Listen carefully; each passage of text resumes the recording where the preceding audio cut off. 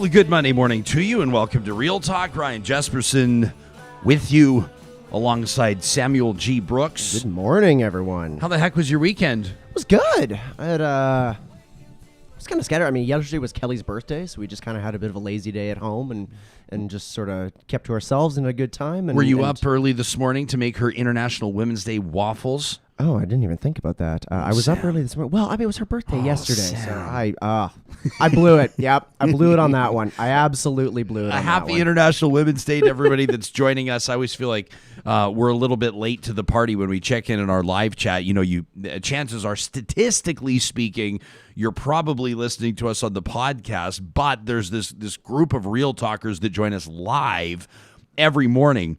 And we broadcast it, we put it out on YouTube, and the good mornings and the sense of community and the gathering is always such an amazing inspiration. So it looks to me, it appears to me as though Scott was first today, closely followed by Crazy James, Jody, Charlie, Sandra, Shalane, Fatima, Samira, Mark, Joanne, Sandra, Donna, Genevieve, Tammy. I mean, you get the idea. You get the idea. But Terry was the first. She was the first to jump in and wish everybody a happy International Women's Day, and we love it. Peter was just right on, hot on her heels, wishing everybody a happy International Women's Day, and then Blake right after that. So I've put it out on my Twitter this morning. We asked you with the hashtag RealTalkRJ, and we'll be keeping an eye on that hashtag to let us know who inspires you. And you don't have to pick just one woman in your life. Who inspires you this morning? Who are you celebrating this morning? Who would you like to give a shout out to? And of course, we'll be keeping an eye on that, and hopefully we'll be telling a few stories today. We're going to be hearing a lot of stories, including with our leadoff guest in just a moment. She's an Emmy Award-winning host for ESPN. I'm very excited to check in with Jen Lada, and we've got a busy show in store. We're going to meet some innovators, some entrepreneurs. We're going to meet some women working in social justice and equity. It's going to be a great conversation. Plus, of course, news of the day. We're going to get into the results of our question of the week presented by our friends at Y Station. A whole bunch of you chimed in on what you thought about the Alberta budget that was released just a short time ago. And then, Sam, I'm not sure if you've seen the question of the week for this week yet. Have you? I have not. So we decided that it's been a little, what do I say, a little, well, we've asked you to do some heavy lifting. We've asked Real Talkers to do some heavy lifting over the past number of weeks, asking about things like, the budget, for example, and getting into some serious business. So if you go to ryanjesperson.com right now, the new question of the week is up. And you can see it here. I've even got it up on my screen. We're going to ask you to get into some of the more contentious issues. Okay, so we want to know about pineapple on pizza and cilantro and how dogs wear pants. And because it's Real Talk, we're going to ask you about raisins.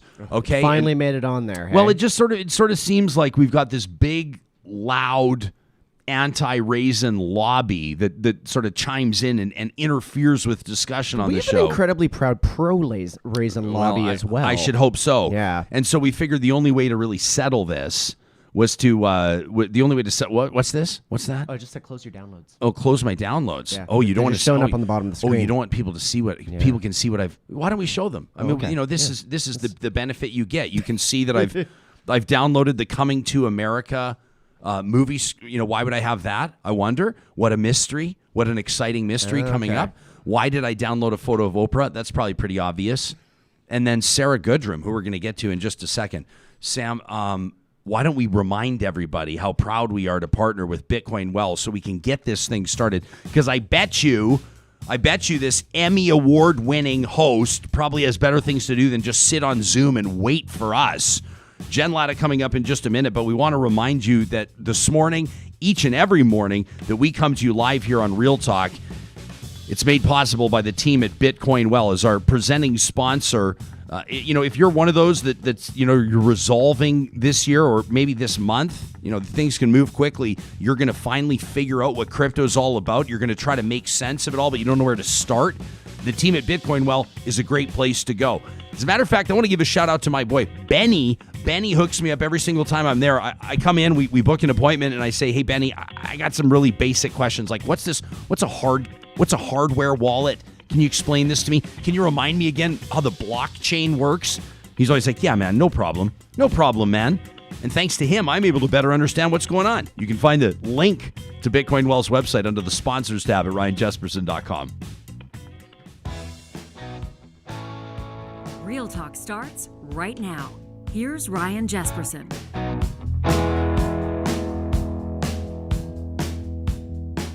Looking forward to your submissions on Twitter, who it is that inspires you or who you're celebrating this morning on International Women's Day, and our show will be a celebration as well. I love this from Tracy writes in. She says, I don't know, I appreciate maybe celebrities over the years that have showed me that, being real, not fake. She says they can be characters or real people like First Lady Michelle Obama, Ellen, Pink, Amy Schumer, those who showed that being in the public eye and real is possible, not afraid to be themselves. It helps those of us who maybe need to see it. That from Tracy. What a great comment. Allison says, it's my mama who raised me all by herself, and she did a great job, if I do say so myself. She says, I'd also like to celebrate women in government in all roles, be it the custodial staff at Sturgeon County all the way up to the mayor's chair, and our first female mayor, Alana Natchu. We need more women in government. That from Allison. That's a great submission. Look at this. Can we call up my screen, Sam? Look at this. Sabrina submits. She says, my childhood Shiro and activist Katie Lang, along with my late mother, Dorothy Samuel. Mums, I'm parenting a queer kid, and I'm in denial about it. Mentor, who just so happened to be my grade 2 teacher, Audrey Lang. That's a beautiful, beautiful submission. Dr. Taysine Lada, who's been on the show before, says, my grandmother, Nanny, she passed away 2 years ago, but was a total badass. She grew up in India in the 1930s. She fought for the rights of widows. She ensured her kids were educated. Dr. Lada says, my mom was the only female in her engineering class. And then my nanny traveled the world and used social media and a cell phone into her 90s. I love it. Natalie is celebrating her kids. Nick, this is a great answer. So we say, which woman are you, or who are you in particular celebrating? He says, every damn one. That from Nick. And how about from Steph, who says, my mom or sisters, my aunts, my sisters. I've been surrounded by strong, resilient, funny, kind, generous women all my life. I couldn't ask, says Steph, for better role models. That's amazing. I love that. Jen Lada, let's get to our first guest. This is going to be great. A conversation on women in sports. She's an Emmy Award-winning host and a reporter for ESPN. She also hosts Jen, Gabe, and Chewy, a morning sports talk radio show on ESPN Milwaukee. Jen, we're thrilled to have you joining us this morning. Thanks for making time. Oh, thanks for having me. I appreciate it. I know you and I have tried in the past and it didn't really work out. So I'm glad that today on International Women's Day, I could make my debut. Well, this is perfect because we were going to talk to you. I think it was like the first week in the history of our show. And there were some things going on, women in football, women in baseball. And we wanted to talk to you. And we knew that at some point our paths would cross. And here we are. So have you been up since like 3 a.m? Are you already done your show? Yep, our show's all done. It's really a very family-friendly side gig that I have working here in Milwaukee, where I do this radio show from 7 to 9 Central. So when I walk in the door at 9:15, my girls are just waking up. So actually works out really well from a work-life balance standpoint. Oh, that's incredible. I want to talk to you about working in broadcasting. I want to talk to you about working on the sidelines and the work that you do. It demands a lot of travel for starters, right? I mean, you can be assigned a game. Why don't you bring everybody up to speed? So you'll cover football. You could be halfway across the country on any given weekend. Yeah, and I work for a show called College Game Day, which I know a lot of people are familiar with, and I'm a features reporter for them. So while I've done a lot of different things, I've done sideline, I've done story reporting, I've done studio hosting, my main gig is for College Game Day. And so what that requires is, like Sunday evening, we will start getting emails from our bosses telling us what features they want us to dig in on for the week, which means that Monday we'll be out on a flight to any corner of the United States where football is being played, wherever there's a compelling story, we go. And then the rest of the week is spent basically putting the piece together. So, you're doing all of your interviews when you're on site, you get back, you get your logs, start putting your story together, picking out which sound bites you want to use, start writing the piece. And then towards the end of the week, we travel again and we're back on a plane headed to wherever College Game Day is going to be hosted. Now, of course, 2020 is a total anomaly where we didn't travel at all. In fact, The last time I was on a plane for work was yesterday, 1 year ago, when I traveled out to California to do a feature on some of the up and coming quarterbacks. So it's been a very unusual year. The only assignments where I've traveled have been those that are within driving distance. So I've gone to Madison, Wisconsin to cover a couple of Badgers football games. I covered the Fighting Irish on their playoff run when they were in the college football playoff conversation. But those are, an hour and a half for me here in Milwaukee, or 3 hours for me. And so that's kind of how ESPN has been making it work. We have so many people across the country. It's really trying to localize our coverage. How do you, as a mom and a professional, find the balance, most especially on those, when everything's quote unquote normal and you might be flying across the country or even driving, you're gone on weekends. How do you, you're gone early in the morning. How do you find that balance? Yeah, Ryan, it's a great question. And I always encourage people to realize that it's not just the moms. I work with a bunch of really great guys on College Game Day who all have families, some of them young kids as well, and they're doing similar travel.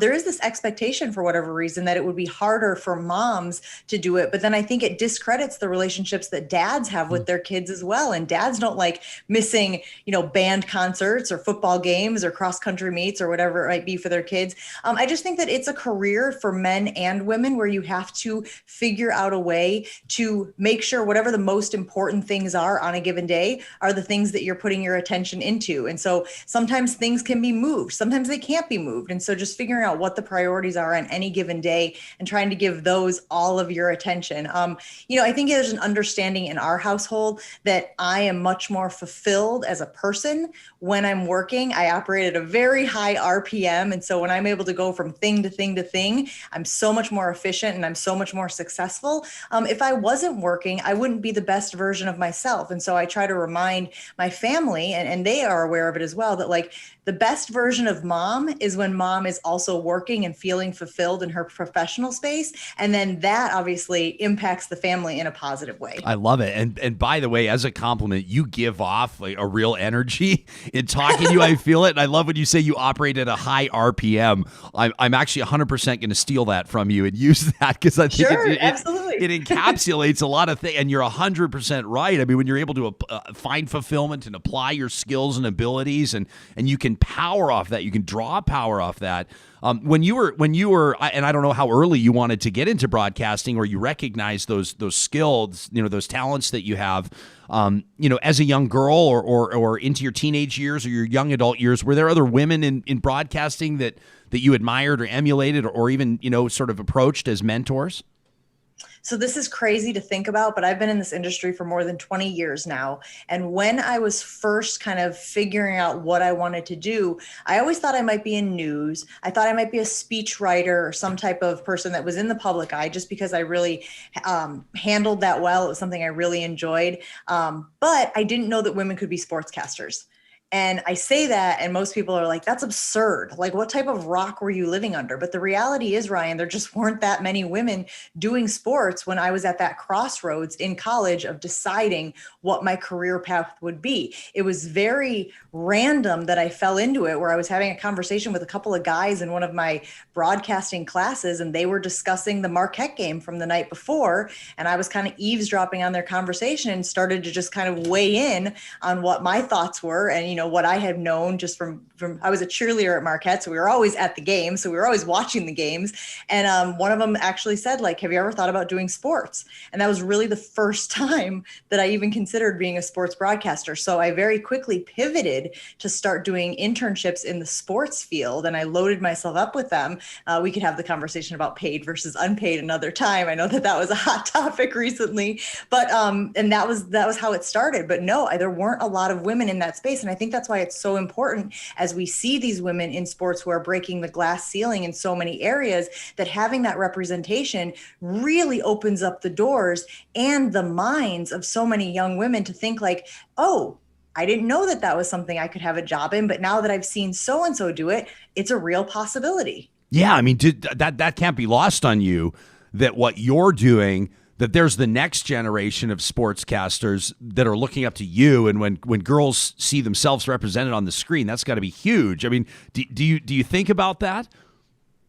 I never think about eyeballs, Ryan. Never, ever. It becomes counterproductive when you start thinking about the number of people who might be consuming what you're doing, because then you start thinking about trying to please those people. And as you know, it's a fickle audience, right? So what you do one day, they may appreciate, and the next day be like, it's played out. I've seen this already. So my biggest advice is always authenticity, just being true to who you are. Obviously, doing the work and putting the time in to establish credibility in any space is so crucial. But after that, once you've put the work in and you've got the information and you've been around the block and had the experiences, then it's trusting your gut. And there are times now, even at 40 years old, where I don't trust my gut. I second guess myself. And always, without fail, afterward, I realize, why did I do that? Like, I knew what I was talking about. I knew what I was thinking, but I questioned if I had enough experience, if I had enough conversations with the people in the know. And on the backside, I always regret that decision.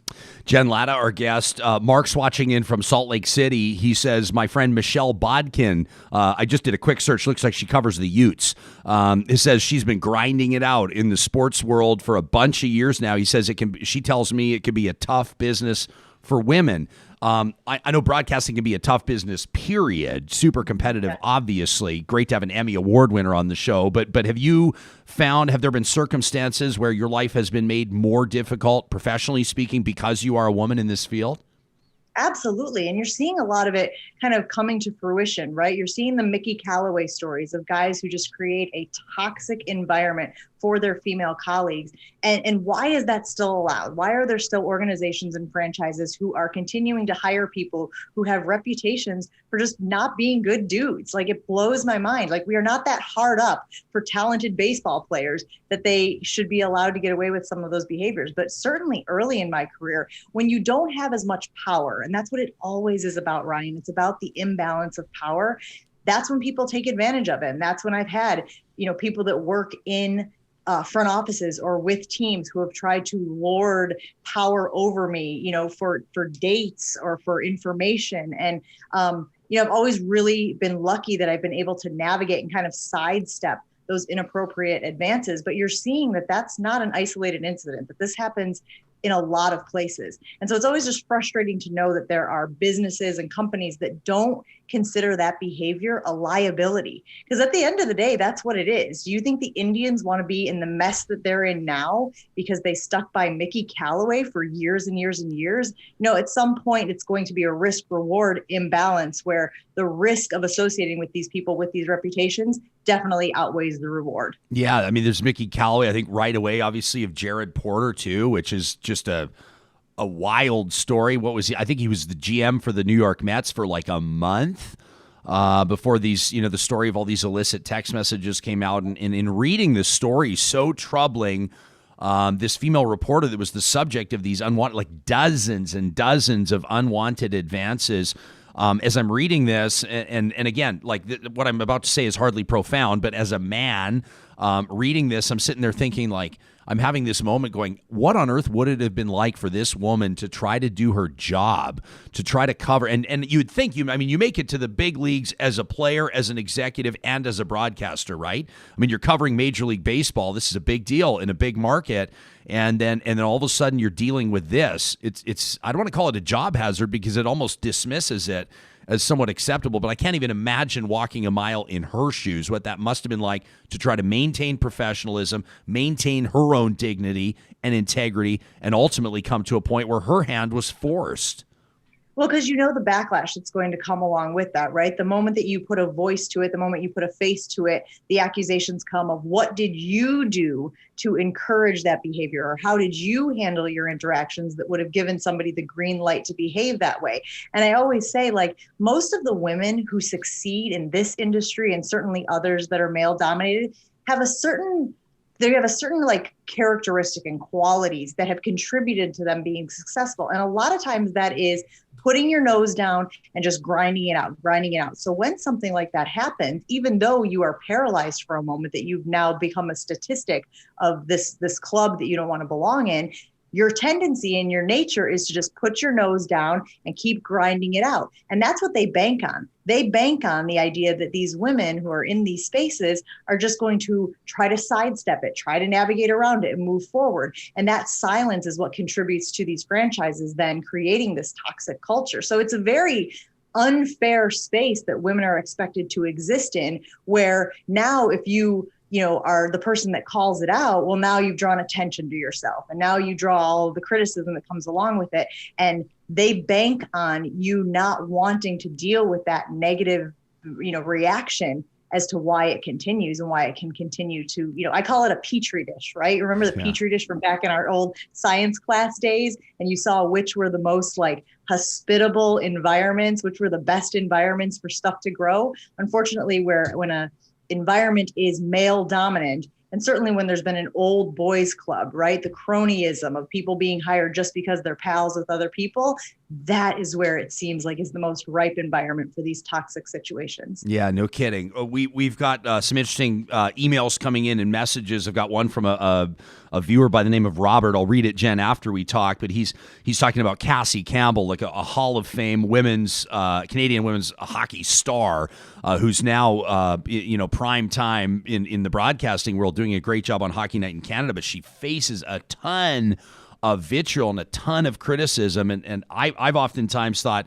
like it's nothing new for a broadcaster to not be everybody's cup of tea, but I've often wondered if she was a man, if people would be talking about her the same way. If there was a man that was in the Hall of Fame that had won Olympic gold medals, that was a legend in his sport, would people dare talk about him the way that they talk about her? And I know it's not limited to Cassie, and I know it's not limited to hockey. No, we did a piece yesterday on ESPN in our SC featured group on Rachel Luba, who is a Major League Baseball agent. She happens to represent Trevor Bauer and now Yasiel Puig. And she was very candid about some of the struggles that she's faced. And it's really simple. It's just people being like, you're a girl.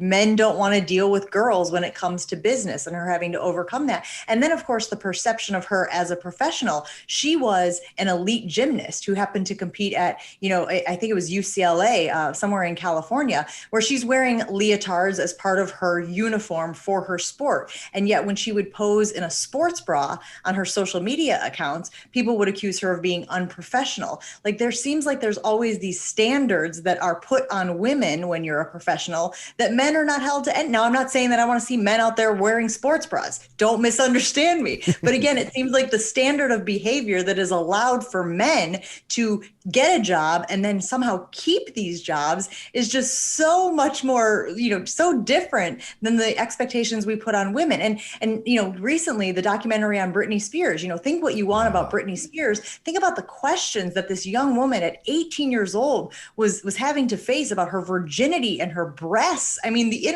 now in 2021, we're sitting there like blown away by the inappropriateness. But back then it was like, what, you can't answer the question? What, you know what I mean? Like the absurdity of that. The good news, Ryan, is I think we are making strides, right? I have a 12-year-old son. I'm having a conversation with him the other day, and he's talking about a girl he likes in his class and a girl that likes him.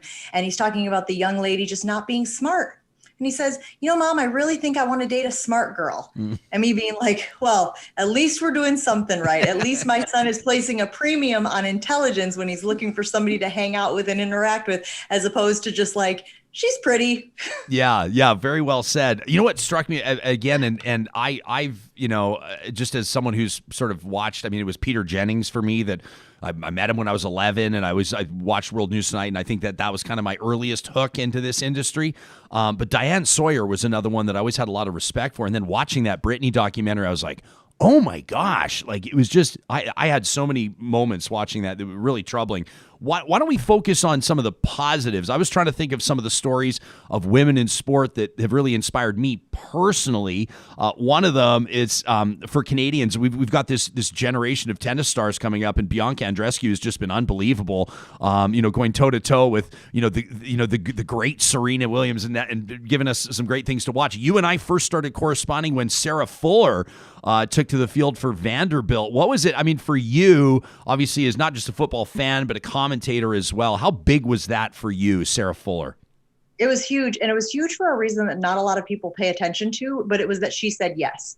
She didn't have to step in and kick field goals for the football team. She could have been like, I don't know, man. We go back to the risk reward conversation that you and I just had, Ryan. The risk of putting myself out there in a male dominated sport, knowing I might be criticized, knowing I might not do what I need to do.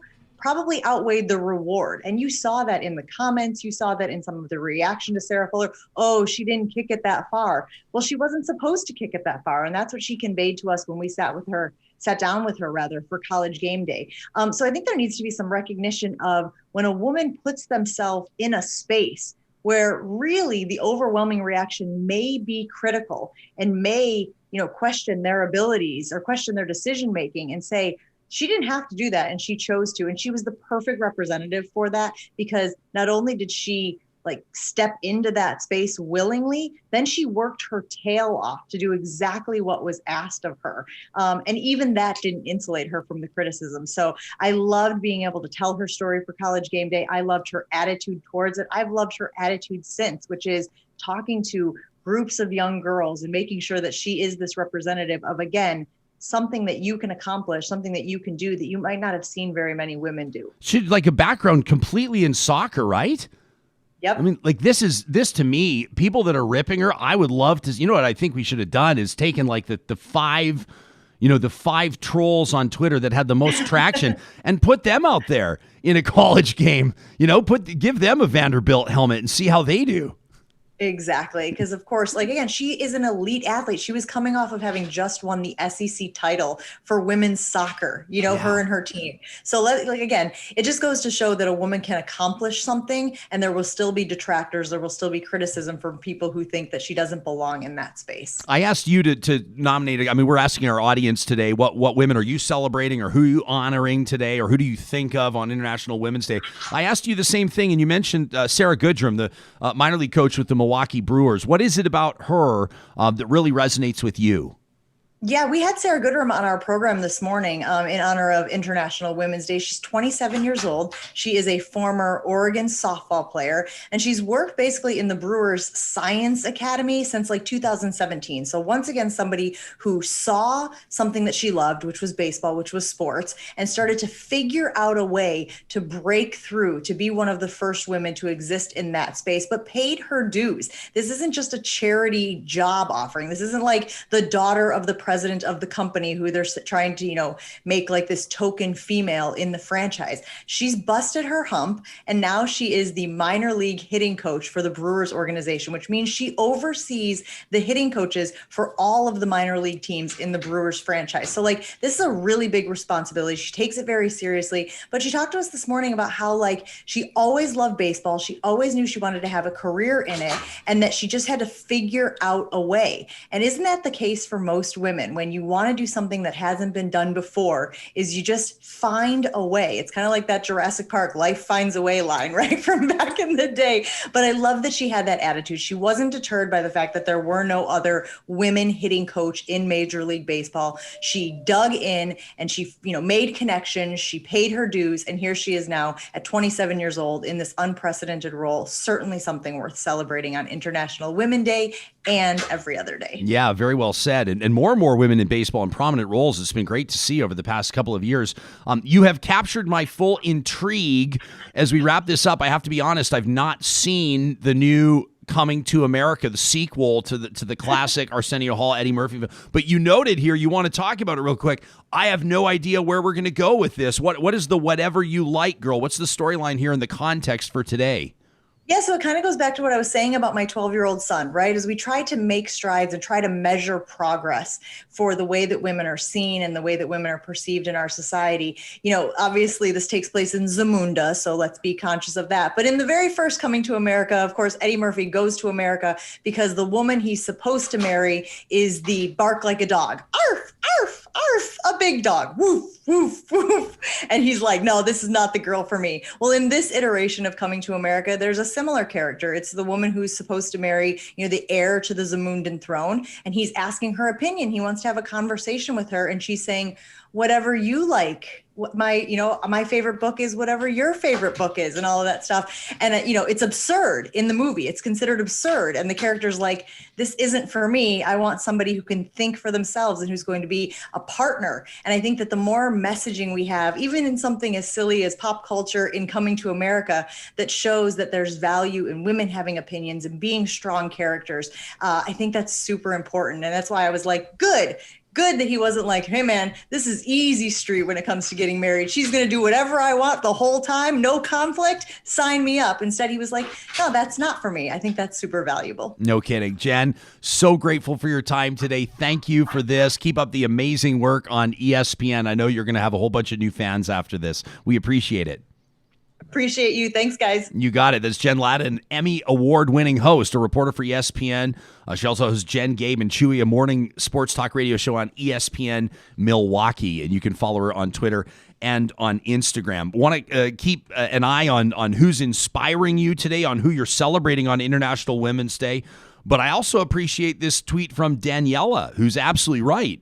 And she says to me this morning, tributes and celebrations are wonderful, but we can't forget that this is a day to rally, to plan, to speak up, to count the allies, to see who still opposes equality and equity for half of humanity. That from Daniela, and that's a great point.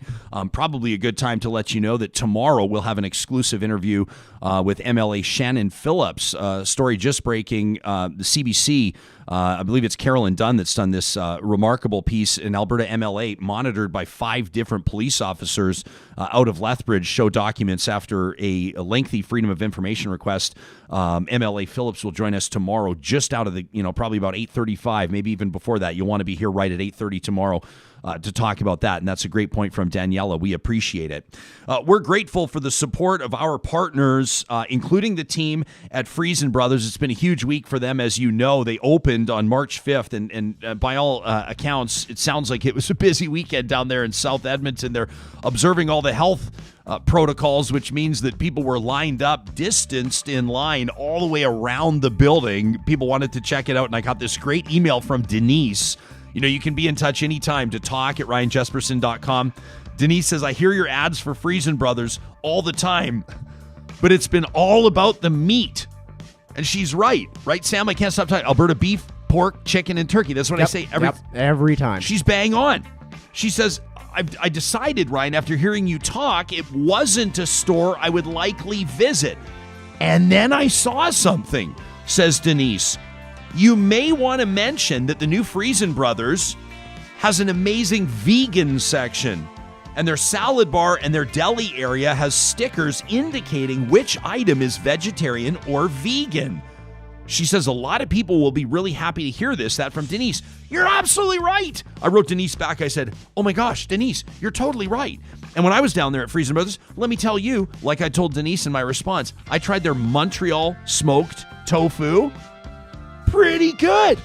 Pretty good at the brand new Friesen Brothers. Encourage you to check it out. And a shout out to Denise for making sure I stay on track. Also wanted to give a shout out to the team at Grand Dog Essentials. What can we say other than we feed our dogs with Grand Dog Essentials quality raw food? They've got these great new supplements. They've got experts, nutritional experts. You can reach out. They love to talk to you. Find what's right for your dog. You want a shinier coat. Your dog's guts are a little bit off. You're in the yard, sorry to talk about it right around breakfast time, but you're picking up after your dog and you're like, that doesn't look healthy. That doesn't look right. At Grand Dog, they can protect your dog, help the digestive system, and this green lift muscle oil is what everybody's talking about, like mussels out of the ocean, And at granddog.ca right now, if you use the promo code REALTALK, they're going to give you 10% off your order, 10% off your first time order if you use the promo code REALTALK, all one word.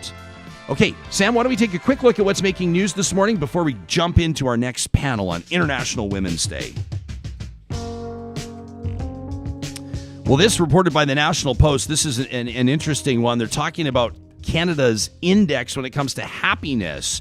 Canada ranking worse than most developed countries in COVID-19. The misery index is what this study says. We're going to be focusing on Canada's response to COVID-19 through this week. A women's health roundtable, as a matter of fact, tomorrow at 9 o'clock. You won't want to miss that. That's a story that we're following. And of course, everybody's talking about this. Last night, Oprah Winfrey's exclusive sit-down with Meghan and Harry. Pretty striking comments made, including the fact Meghan Markle saying she didn't want to be alive anymore. She also dropped a bombshell saying that when Prince Harry was in discussions with the royal family, there had been some concerns indicated that, well, their kid's skin color might be a little darker than what might be acceptable. It's a stunning revelation for some people. Others are saying, is this the first time really that you've seen the indication that there might be some racism at play in the royal family, in the monarchy? It's got a lot of people talking, that interview from Oprah. Quick to clarify last night, by the way, did you happen to watch it, Sam, by chance? Is that I didn't. Sorry, no. Right, really interesting, Yeah. right out of the gates. So Oprah says, it's important for us to point out that, first of all, nothing's off the table. She says we haven't come to any agreement about what I will or will not ask you. And then she goes on to say, and you're not getting paid for this interview, which actually I was blown away by, because as you know, and as Harry confirmed last night, they've been cut off financially from the family. They've still got things to cover, like, not just daily living expenses, but also security for the family. It's a pretty hefty expense. So, yeah, just a remarkable interview. Is that the type of thing you would check out, or are you kind of like, when it comes to those types of stories, you go, eh? I think I would check this one out just because, I'm not really a royal watcher. It's not a part of pop culture I'm super checked into, but, this isn't a royal story to me. This is a, systemic issues that have come up within the monarchy and why, the first woman of color to join the monarchy immediately got pushed out of it. So it's just like, to me, this has very little to do with royal watching and far more to do with the cultural transformation that's happening. As always, Samuel G. Brooks with an intelligent comment. It's a good thing that we have you here, Sam. If it was just me steering the ship, we wouldn't know what to do. Let's get into our, first of all, why don't we pop in on our hashtag, the Real Talk RJ hashtag. It's one we're keeping an eye on today, and we've asked, who's basically inspiring you, or who are you celebrating, or this one from Daniela. Daniela, like I said, that wrote in, said tributes and celebrations are wonderful, but we can't forget we got to rally and plan and speak up. So why don't I also broaden or expand the invitation? Who makes you want to raise hell today? That can be in a good way or a bad way. When we say who inspires you, we always think of that as an optimistic word, but who is it? Like, I love this from Tara. I've not even read it yet. I'm reading it cold. She says, I'm going to take this answer in a little bit of a different direction. I'm going to project it forward. She says, it's my daughter I'm thinking of today. Her ferocity of spirit, her greatness of heart, her focus on finding beauty everywhere, her resilience, her humor, her empathy, her compassion. This is our future, says Tara, and I'm feeling damn good about it. I love that. Crazy James says, my mom, she raised me as a single parent starting in the early 70s. It wasn't easy for women to do things without a man to sign off on it. Says also my grade 6 teacher, Judy Roy, who is one of the best teachers I ever had. Love this from Lauren, a retired fire captain, fire chief, as a matter of fact, says, happy International Women's Day to my friend Shirley Benson, Edmonton Fire's first female firefighter, a retired district chief, and a 2018 Woman of Vision recipient, and an inspiration and a mentor to many. Yeah, Lauren didn't even mention she's a race car driver, too. Absolutely ton of respect for Shirley Benson. These are great comments. Keep them coming. Michael says, I'm celebrating my wife today. The most intelligent person I know, funny, unceasingly loving, supportive of all of us, compassionate beyond belief in her work as a palliative consultant. Boy, that would be a tough job. She's an incredible person, says Michael, and the world would be better off with more of her. Dr. Nermeen Youssef, watching in this morning, says, my mom, Samira Soliman, she wrote her microbiology PhD in Russian in her 40s. Wow. Was suddenly widowed at 46, raised 3 kids mostly by herself, and get this, wow, and ended female genital mutilation in the family. Huge. Wow. She's there the second anybody needs support, no matter the distance, no matter her health. That from Dr. Nermeen Youssef. That's unbelievable. Holly says, it absolutely guts me to say this, but I'm inspired by the support for Black Muslim women, in particular in Edmonton, who have endured attacks from hateful people. I'm profoundly sad that these hate-motivated acts occur in our communities. We are not safe until all of us are safe. Holly, that's incredibly, and what an important message. Bree says, I'm celebrating the women who use or who have used their voices for change, even though oftentimes it means violence against them as a result. Bree says, I'm also mourning the women who have been silenced, as we may never know what they would have contributed to the world. Yeah, that's an incredible message. Erin is celebrating her mom, her wife, her grannies. Rhonda says it may be cliche, but my mom, it doesn't have to be cliche. She says she raised 3 kids as a single parent, went to night school to finish her high school, went to university in her 40s to become a social worker so she could advocate for others. Rhonda says, every day I hope to live up to her example. That's amazing. Carol says, Dr. Lenora Saxinger, you've seen her on the show before, an infectious disease doctor, says, I think she's amazing. We're lucky to have somebody pushing back so hard against vaccine misinformation with facts right now. And how about this from Lou Jobs? He says, my mom, she was a survivor of residential schools.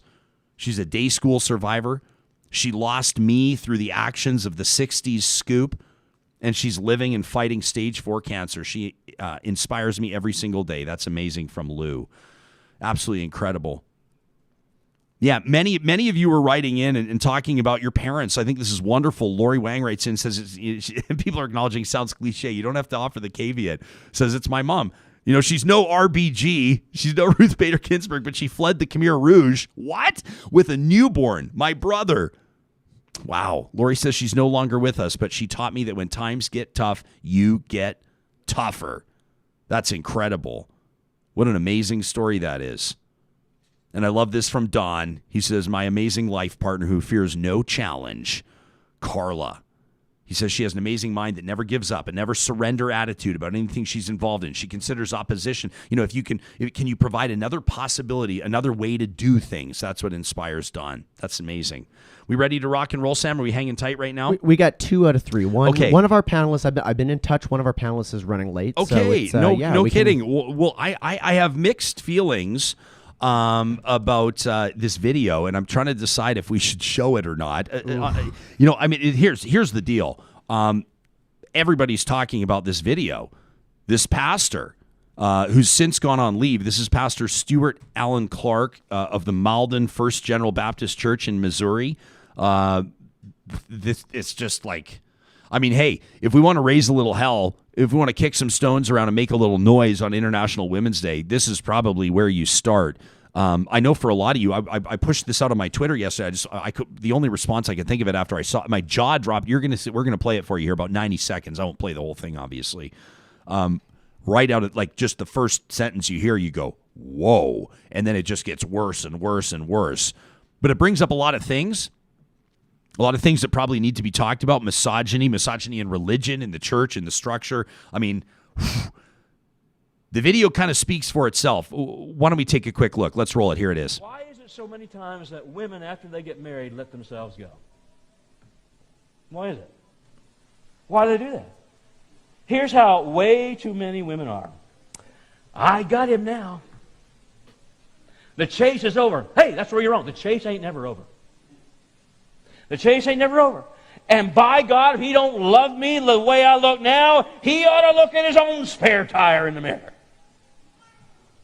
Now look, I'm not saying every woman can be the epic trophy wife of all time, like Melania Trump. I'm not saying that at all. Now, most women can't be trophy wives, but you know, like her, maybe you're a participation trophy. I don't know, but all I can say is not everybody looks like that. Amen. Not everybody looks like that. But you don't need to look like a butch either. Hey, here's something you need to know. You need to know this. Men have a need for their women to look like women. Hey, sweatpants don't cut it all the time, huh? Wearing flip-flops and pajamas to Walmart, that ain't gonna work. Ain't nothing attractive about that. It ain't. And men want their wives to look good at home and in public. Can I get an amen? So, you know, the guy's gone on. The very lackluster amen, I think, speaks a lot to this. Like, he's trying to rally this crowd up, and there's like, we're nobody's not with saying you, bro. Nobody's saying it. There's like one guy in the crowd that's like, yeah, you know, like, but just unbelievable. So he's gone on leave, and the church has confirmed that he's not going to be, you know, holding some of the duties he would. I mean, it's just like, what do you even say about this? So I pushed this out on Twitter, and obviously a ton of people have chimed in. And, you know, Carmen says, I can't pick my jaw up off the floor. The herd mentality, holding people to their chairs, fighting their internal right impulse to walk out. You know, I mean, this. You know, Chris just says this is amazingly horrible. You know, others are saying, you know, what year is this? People are asking. And then a bunch of people are pointing out, I mean, you know, and I think it kind of goes without saying, the guy himself, I mean, if we are going to sort of like participate in low blows here and sling mud, Emma says for just one day, I would love to have the unmitigated caucasity of a middle-aged mediocre chud like this clown. She says, she's not even done yet. How are you going to stand there looking like that and tell me not to let myself go and look like Melania? And then Emma, in seriousness, says if it wasn't so dangerous, it would be absolutely fascinating. And we got a lot of people, you know, like Gary says, as a person of faith, I find this, you know, the clip of his sermon highly offensive to the cross of Christ. He says this is demeaning to women. Johnny Rocket, a radio personality, says, since our marriage, my wife's 20 pounds lighter and I'm 50 pounds heavier. How is she even with me? John says, I try very hard not to comment on anybody's looks. But for this one, I mean, come on. And Ashley says, this hurts my soul.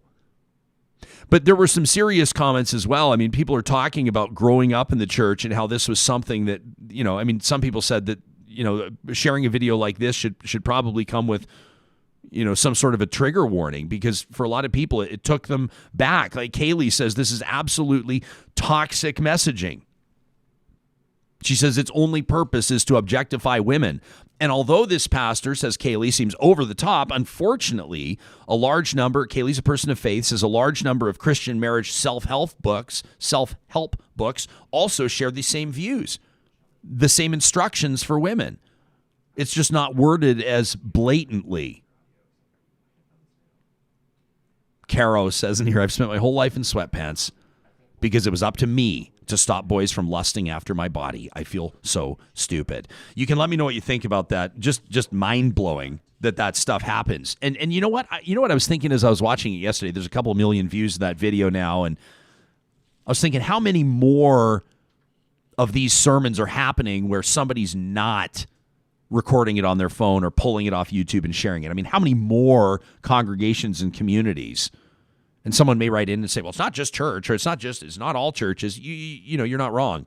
It was great, actually. I appreciated hearing from a former guest of ours, a recent guest of ours, as a matter of fact, Pastor Greg Hohalter, who responded to me sharing the video. And he said, Ryan, this is the exact kind of thing I was talking about when I said on Real Talk, we keep stepping in it as Christian leaders. And Greg's right. You can find that interview by, of course, subscribing to our YouTube channel, or you can subscribe to our podcast. If you do already, it's probably right there waiting on your phone. We're going to get to our panel in just a second. Wanted to remind you that we're keeping an eye on the hashtag RealTalkRJ this morning. The women that you're celebrating, the women whose voices you want to amplify, who's it that inspires you? I mean, if you're getting set to raise a little hell today and fight, if you're taping your hands, so to speak, ready to go today, who is it that's lit that fire under you? We want to know. The Real Talk RJ hashtag is powered by the team at Park Power. They're in the internet, electricity, and natural gas game, proudly Alberta-based. You're going to deal with somebody local. If you call into their customer service, you have a billing question, something like that, it's going to be somebody that's here in your neck of the woods.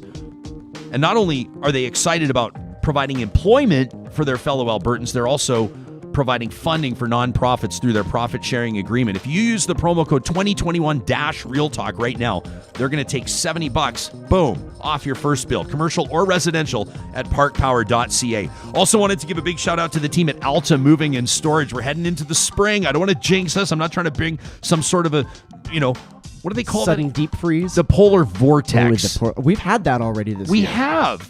And I can't even... Can we get it twice? Can you? I don't know. Should we Get a stop talking about it? Yeah, probably. We should probably. This is like the thing, like you don't say the name. You don't say the name, because if you do, what was it? Who am I thinking of? What's that horror movie? Not Candyman. Is that the one you don't say 3 times into the mirror? Oh, you're thinking Beetlejuice, aren't you? Is it Beetlejuice? I think so. Well, there's a bunch of say the name 3 times. It's a common trope in movies. Yeah, you're right. My pop culture knowledge is waning here. But let's talk about why we're talking about spring. Yes. Are you trying to get me focused back onto the Alta Moving and Storage spot? I mean, a little bit, but you can go in whatever direction you want. It's your This show. is because Sam, as our technical producer, is keeping an eye on the mechanism of the show. I just know how long this ad track is, and you've got like 45 more seconds. Well, the ad's only supposed to be 30, so that shouldn't be any problem whatsoever. The team at Alta Moving and Storage knows that spring may mean a move for you. But if you're like most folks, you're sitting right now and all it does, you get that sort of like twisted gut where you go, oh my gosh, this is going to be so stressful. It doesn't have to be that way. They've got these pod-style moving containers. How much time do I have left? 30. They drop them off at your house. They can provide the labor, or you can load them up yourself, and then they drop it to your new destination. It's all in the time frame you set out. Plus, short and long-term storage solutions at altastorage.ca. I still have more time? You got 14 seconds. What am I going to do now? It's International Women's Day, and I'm excited about this next panel. This is, you talk about movers and shakers and difference makers. That's the deal here. Are we rolling out with 2 or 3 panelists out of the gate? Sam, 2. Awesome. It's a real pleasure to welcome to the program the founding and managing partner of Sandpiper Ventures, Rhiannon Davies. Her business leadership spans, literally the world, Europe, Asia, South, North America. As managing director, she's built and led a $2 billion revenue subsidiary of Grand Vision. She was CEO, COO, and board director, and she took Grand Vision. This is a $5.5 billion revenue eye care company with business in 45 countries through 44% growth, expanding into 20 new markets. We're going to get into this story. Remarkable. And Shelley Keepers, co-founder, co-CEO of the 51, and we're going to talk about the 51. You've heard about it briefly on Real Talk. We thought we've got to circle back on this story because it's a great one. Shelley's an activist in business, entrepreneurship, and investment, driving business models that are more equitable, feminist, corporately and ecologically sustainable. Rhiannon, Shelley, welcome to Real Talk. And do I say Happy International Women's Day? I think I can wish you a Happy International Women's Day. Absolutely. Well, we're thrilled to have you here, and we're excited if Amanda Hall's going to join us. If not, I know we've got a lot to talk about. Why don't we start with this? And Shelley, I'll go to you first. When we talk about financial feminism, what does that mean? We define it as being, women being equal in all things financial. And so it could be, the pay that you're receiving in your job. Is there equality there? It could be having access to financial services, regardless of your gender. So when you go into a bank, how are you being perceived? So basically, it's equality in all things financial. What would you say right now? This might be too broad of a question. I hope it's not. We can focus in, but what's one significant barrier that's standing in the way of equity right now in this context? Well, Rhiannon and I know these statistics quite well. I think, for Canada to achieve pay equity, it's if we continue on the rate that we are right now, it's going to be another 108 years before there's equity, pay equity in Canada. So that would be one statistic that I just think that's a bit eye-opening. And, you talked about jaw-dropping. Canada has one of the highest wage gaps in the world. Rhiannon, why is that? It's the type of thing where, I'm trying to think, in the spectrum of conversation around this, you'll have women that will come on and say, a specific stat, 108 years. If the numbers hold and if the stats hold through 108 years till we achieve pay equity. And then on the flip side, on the far other side of the spectrum, you'll have people denying that there even is a gender wage gap. Can you take us into the landscape and how change needs to be impacted here? Nobody's going to be cool with it taking 108 years for this to sort itself out.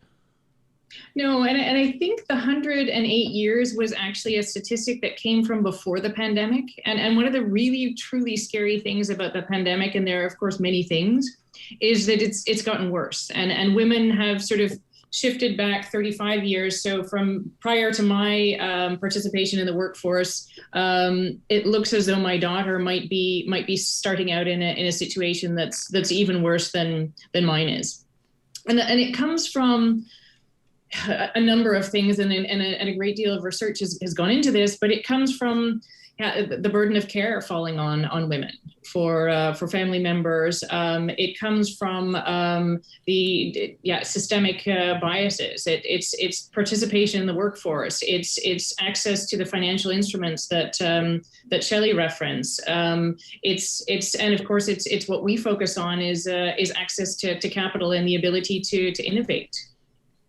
Let's talk about, I mean, there are going to be so many different discussions happening today, and we want to participate and drive many of them. Why don't we talk about, business and entrepreneurship? I mean, what does the venture capital landscape, Shelley, look like for women right now? What's your assessment? Yeah.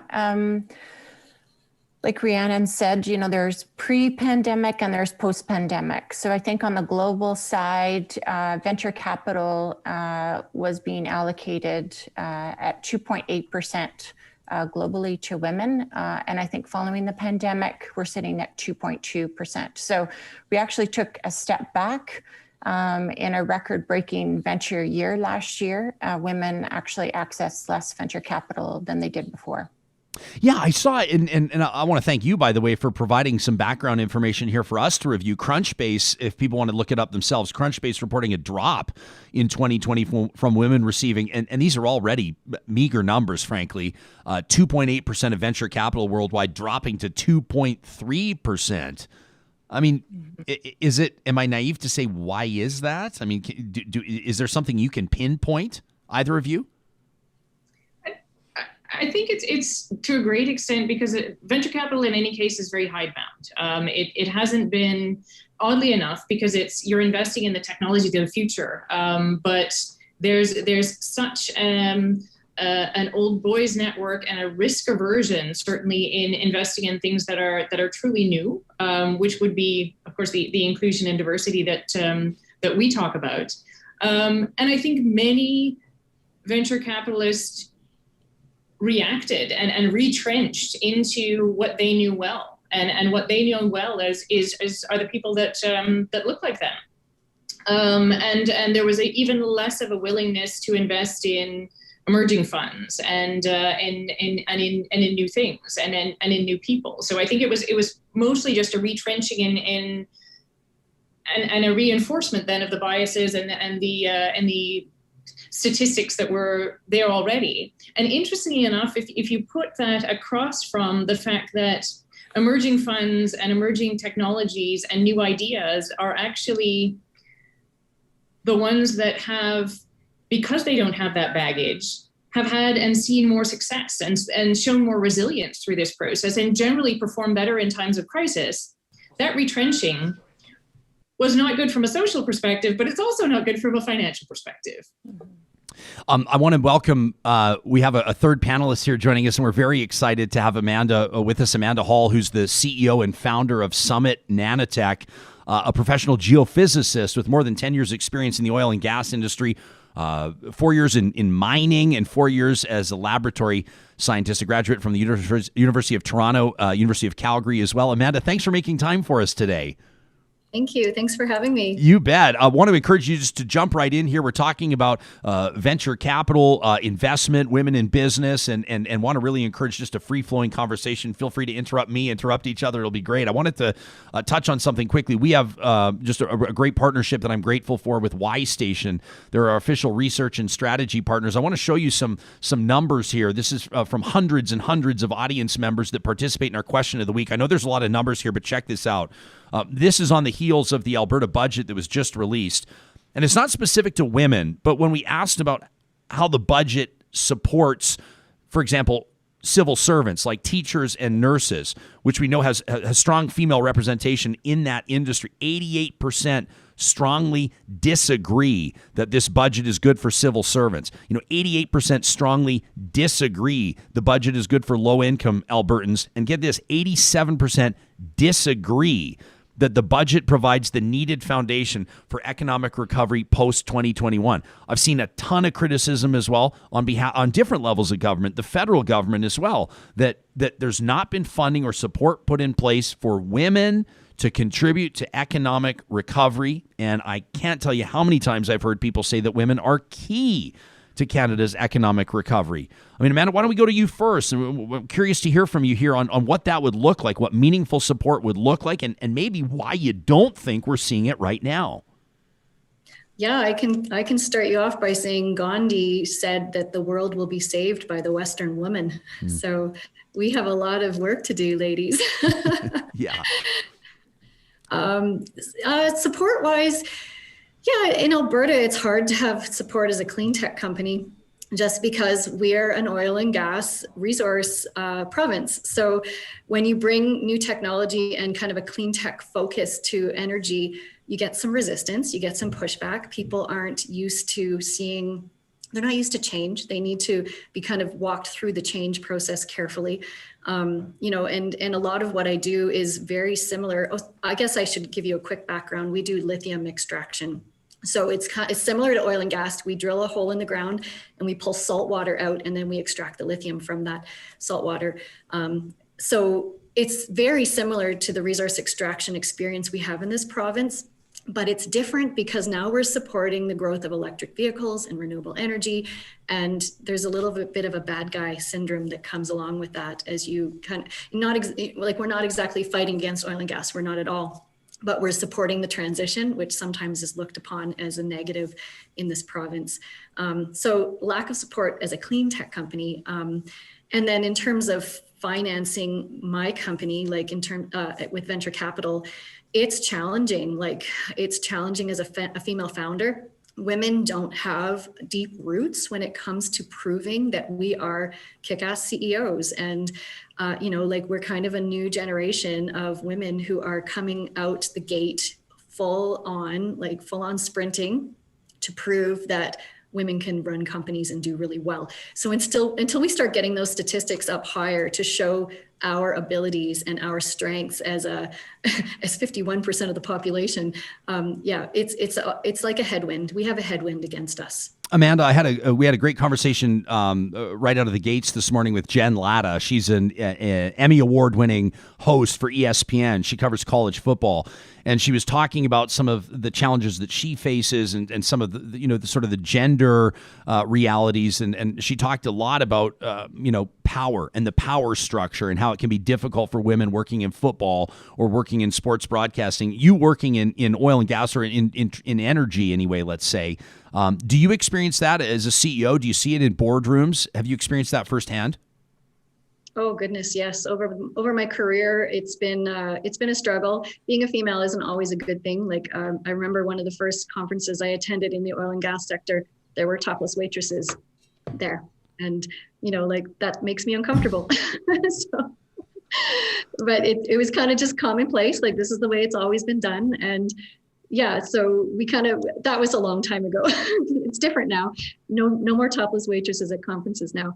But even as a CEO, as I go out into the mining sector internationally, because I'm representing Canadian female clean tech in South America, mostly that's my primary target market.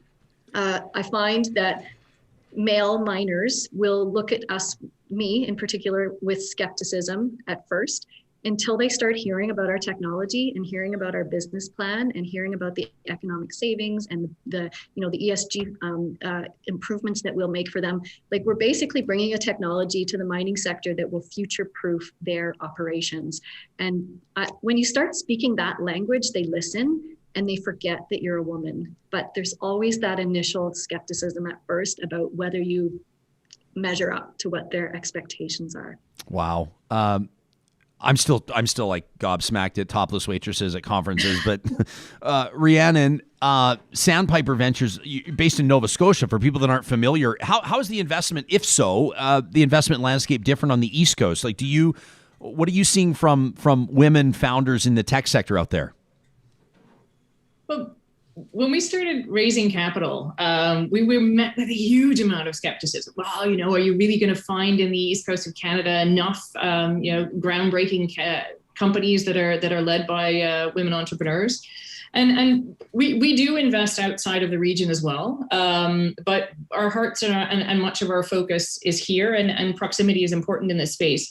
But what we've found, scratching the surface, is that there are some incredible companies here, and some incredible companies that are showing great resilience in the face of the pandemic as well, and making and in fact in my portfolio, somehow the women have managed to keep their lab space open even if they're in a university, and a lot of the men haven't been able to. And I don't know what kind of incredible capacity they've had to do that, but that's been really a very important thing. So we've really seen just incredibly exciting, inspirational technologies coming out of here in the clean tech space, in the biotech space, in healthcare. And I have another shocking story now that I'm speaking. I'm thinking about healthcare that rivals the topless waitresses, but it happened last week. And that's that we're looking at a company that is been created by a nurse, and she's developed a medical device that will significantly improve healthcare outcomes with people on ventilators. And she was meeting with a VC, a very well-renowned VC, and he said to her, "You're not a CEO. You're never going to be CEO. You're a nurse." And this woman, sort of, instead of taking that and letting it flatten her, it helped her to rise up, and it's also helped us to rally around her and say, "God damn it, that can't happen. That can't happen today." That somebody has been smacked upside the head and said, "You can't be a CEO because you're a nurse." Somebody who's creating something that's going to save so many lives. So I mean, that's what we're up against. But fortunately, we see huge resilience and amazing technologies and amazing women. So it makes me feel more confident and more determined. Yeah, you hear stories like that of, I remember interviewing a female specialist, a physician a while back, who said that, she walked in for a consult and realized very quickly that the patient was treating her like the nurse and couldn't wrap his mind around the fact that she was the doctor. And you're sitting there going, like, it's 2021. I just, and it's funny. And I know that, on a day like this, we can be tempted to make these sweeping generalizations. Like, you talk about women that can keep their labs open. And I'm wondering, like, are women just better multitaskers than men? And then my inner dialogue is going, is that way too broad and stupid of a question? Like, I don't know, but I will say this, that generally speaking, as a guy, men do not lack confidence in themselves. The whole, like, nurse to CEO jump, if it's a guy, he will not lack the confidence, right? I mean, it'll be celebrated. What an accomplishment. He started as a nurse and now he's a CEO, right? There's just like a huge difference. I can relate. One of my shortly after I started this company, I was in a mentorship program. Alberta Innovates put it together. And so I was sitting across the table from my mentor, and he said to me, "This is too big for you. Why are you doing this? You need to choose something smaller." And what that did to me was it fueled my fire. And I remember that sentence on the good days and the bad days, and it drives me to work so much harder so that he can see me on the news 5 years from now and be like, "Damn, I should have." This was not too big for her. Oh yeah, you're just gonna wait till the next glossy cover feature, the next magazine. You can sign a copy and send it to him in the mail. Shelley, I love this.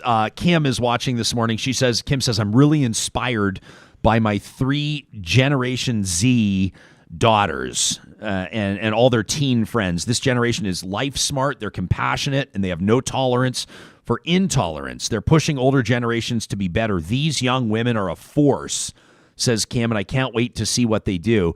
I mean, Shelley, you've been working with and assisting and encouraging and providing opportunities for entrepreneurs for many, many years out of Calgary. Have you seen a change? Have you seen changes and trends that inspire you or that encourage you over the last 10, 15 years?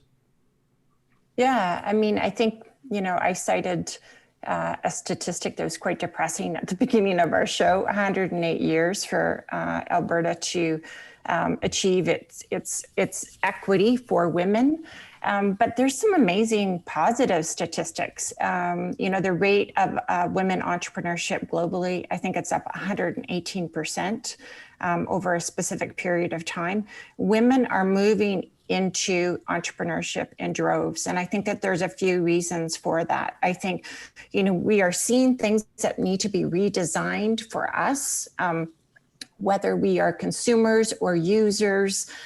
or if we have ambitions like with Amanda around ESG, we want a better planet.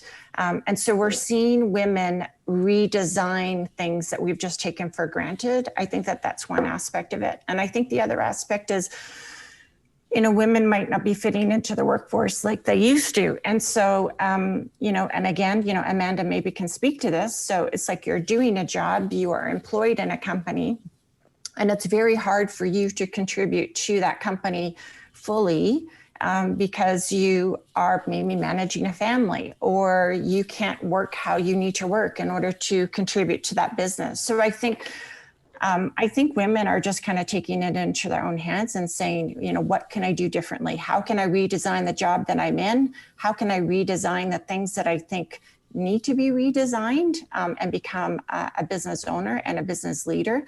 And I think that there's a whole movement around these women to say, you can do it, anything's possible.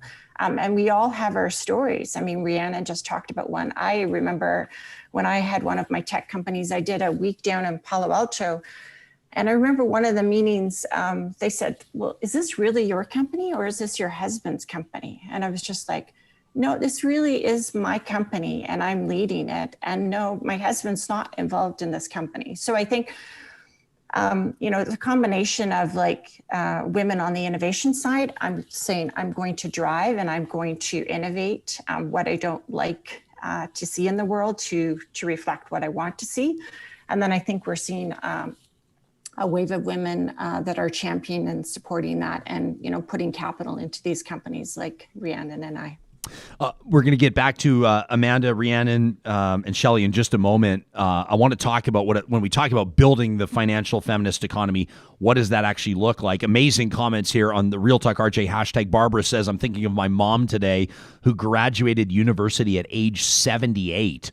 She accomplished so much despite the challenges of being a woman in a male-dominated society. And how about this from Julianne, who says, I'm constantly inspired by women who take on traditionally male roles. My young cousin, 24 years of age, a certified diesel mechanic. She's now taken on educating future diesel mechanics in a college program. The girl rocks and is a wonderful role model for young girls everywhere.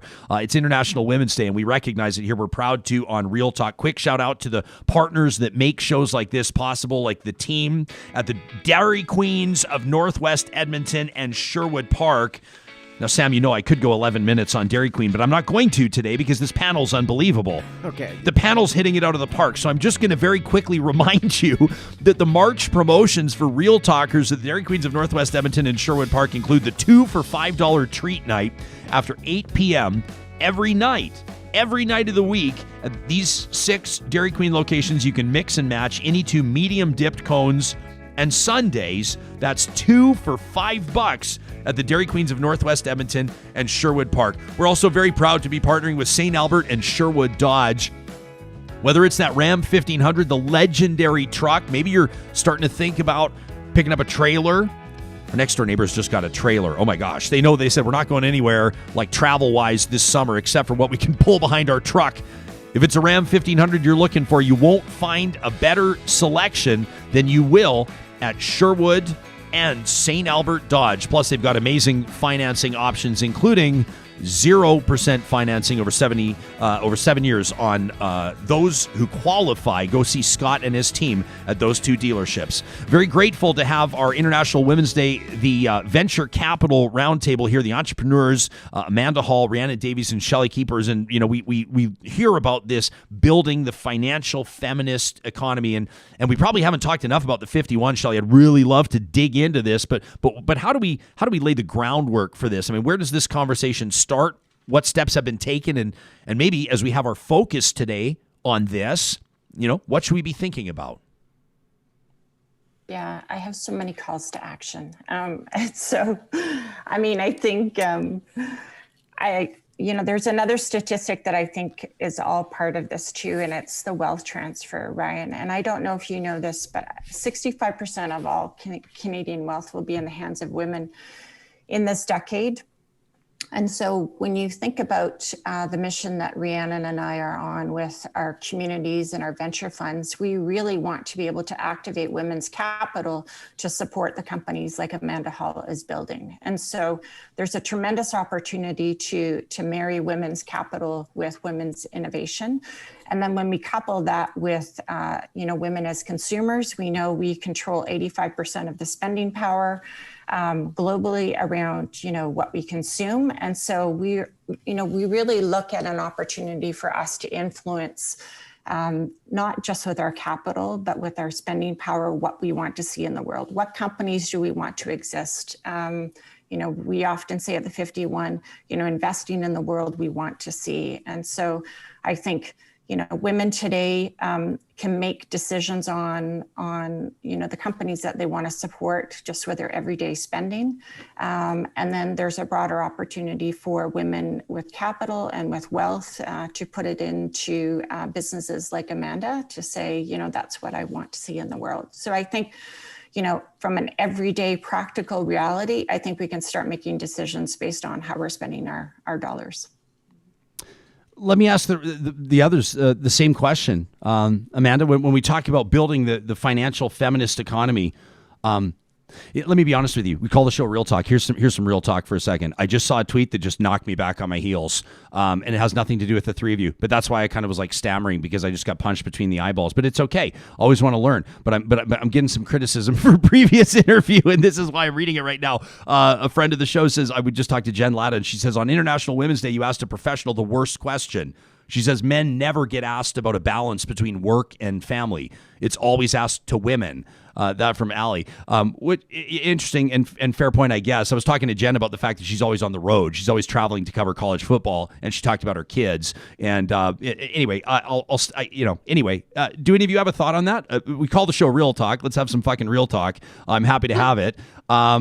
Is that an unfair question? Did I step in one here? I don't think it's unfair at all.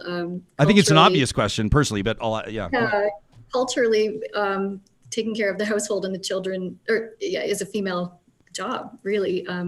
But it's transitioning too. But I can remember being in the kitchen at a big giant oil and gas company where I was a geophysicist, and I was talking to my colleague who was a male geophysicist, and we were just standing, leaning against the wall, drinking coffee, and he was telling me how much he loves his life. And he's like, my wife, she takes care of the kids, she cooks dinner, she goes shopping, she does laundry.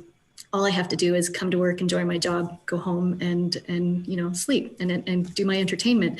And there was a moment where we were chatting when I looked at him, and I kind of just cocked my head to the side, and I was like, I do all that, and I'm a geophysicist. Like, I do both of those jobs all in one person. And I'm a single mom too, so it's doubly hard when you're a single mom.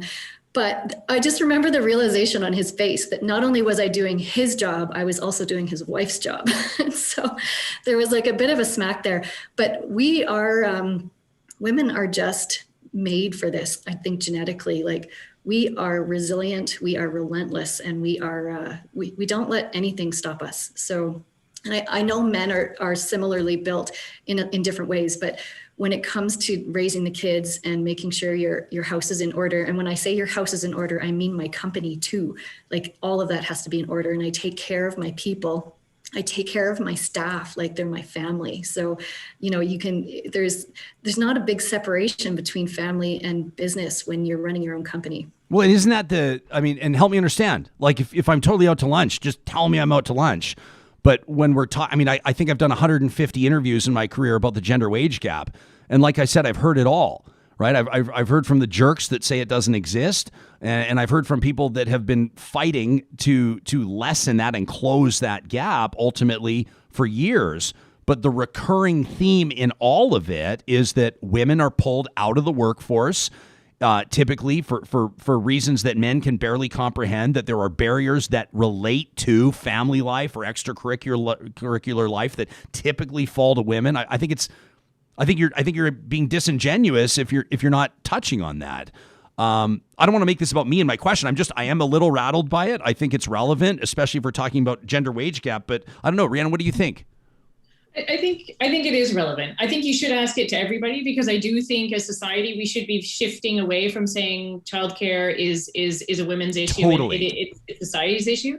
But I do think it's relevant, and I think one of the reasons that I believe in investing in women and believe in investing in diversity and inclusion is because I believe that the people that I invest in are going to be more sensitive to the needs of women in the workforce. And that has also been proven. If we create more women in leadership roles, we're going to be creating more leaders that understand that the amount of hours that you put in the day is not necessarily indicating the performance. It's how you craft out the balance in an effective way between your family and your work family and your home family. And I think that speaks also to, the opportunity that Shelley talked about. Like, we're not creating products for a huge amount of consumers at the moment. We're not creating products by a huge amount of the controllers of wealth at the moment. So I would love to change the narrative to talk about how women-led companies, because of the way that we have grown, are performing better. Women's ideas are going to be unlocking a huge amount of wealth and consumer products. So rather than putting women on a back foot and saying we need to invest in them because we're not investing enough in them now, but we need to invest in them because we're missing out on this massive opportunity for innovation and job creation and economic growth, and quite frankly, VC profitability. So this is why we do it too. Yeah, and like that very last thing you said, it's not tacky or inappropriate to point out that there's a huge business case for doing something as well, right? I have no shame in that. Yeah. I think it's all part of making things good and making things better and making the world a better place. And it's okay to see growth in that. Yeah. One of the more moving experiences that I've had as a journalist in a previous life in television was to travel to Ethiopia for 3 weeks and to see how investments made, as a matter of fact, by Albertans out of Westlock, Alberta, what they were able to accomplish with women in the Afar region. It's just south of Eritrea, and these women. I mean, you're talking about female genital mutilation is still a thing. Girls are denied basic, like what would be the equivalent of early elementary schooling. Women at that point could not own property, let alone get loans. I mean, yeah, right. But these small loans, these small startup loans, like meager, we're talking like $20 or $100 or $1,000 that would just allow these women to launch these incredible businesses, and to be able to interview them and talk to them through translators and to see the power that they felt that they were channeling by somebody just showing a little bit of faith in them or putting some belief into what they could accomplish. I mean, it sticks. You can tell. I mean, I'm bouncing in my seat talking about it almost 20 years later. Shelley, what's the equivalent here? Like grand scale, we're talking about venture capitalism. We're talking about companies in some cases worth hundreds of millions or billions of dollars. I mean, do you see storylines that would parallel that in the context of Canada? Absolutely. And I love what Rhiannon said. There's a huge social opportunity for us to invest in 51% of the population. But there's a huge economic and financial opportunity in doing that. And so, it would be my vision for this decade that women could fully contribute to the economy. Well, what's possible? What could be the growth in GDP if we did that? What would be possible if we had women-led companies go public? What would it be possible if there was parity in the boardroom with directors? What would be possible if we really imagined what women are going to do with 65% of this wealth in this decade? What are we going to invest in? And so, we will shape the future unicorns per se. That's a term used for billion-dollar companies in kind of the tech space. But I believe that, like Rhiannon is saying, there's just so much upside by investing in 51% of the population, both financially and socially. And so, it's not International Women's Day. It's like, this is our decade. We're going to make it happen. Yeah. Let me ask the three of you this in closing. I'm so grateful for your time. Thanks for giving us this hour. if there's one thing that you could see, or maybe you can kickstart it right, and who knows, maybe this is it if you're not already doing it. I'm sure that you've paved the way, but if there's one thing you'd like to see change for women in Canada, let's say by this time, by International Women's Day 2022, what would it be? Amanda, let me ask you first. Yeah, it's systemic, unfortunately. Like I was recently in an article by CBC, and I got accused of discriminating against men because my senior executive team in my company is all female. And to me, it's just like, that blew my mind. How could you say that if I'm aiming for 50-50 in my company, 50% men, 50% women, that I'm discriminating against men? And I can feel it everywhere I go in this country. So I want that to go away. Equality shouldn't be something shocking to people. It should just be the norm. So that's what I would hope for. Rhiannon, how about you? Yeah, I've seen a lot of change in the financial institutions, in the government organizations that are supporting the innovation-driven economy. We were very grateful that the Nova Scotia government made a significant investment in Sandpiper recently, just to demonstrate how important it is to support diversity and inclusion in venture capital.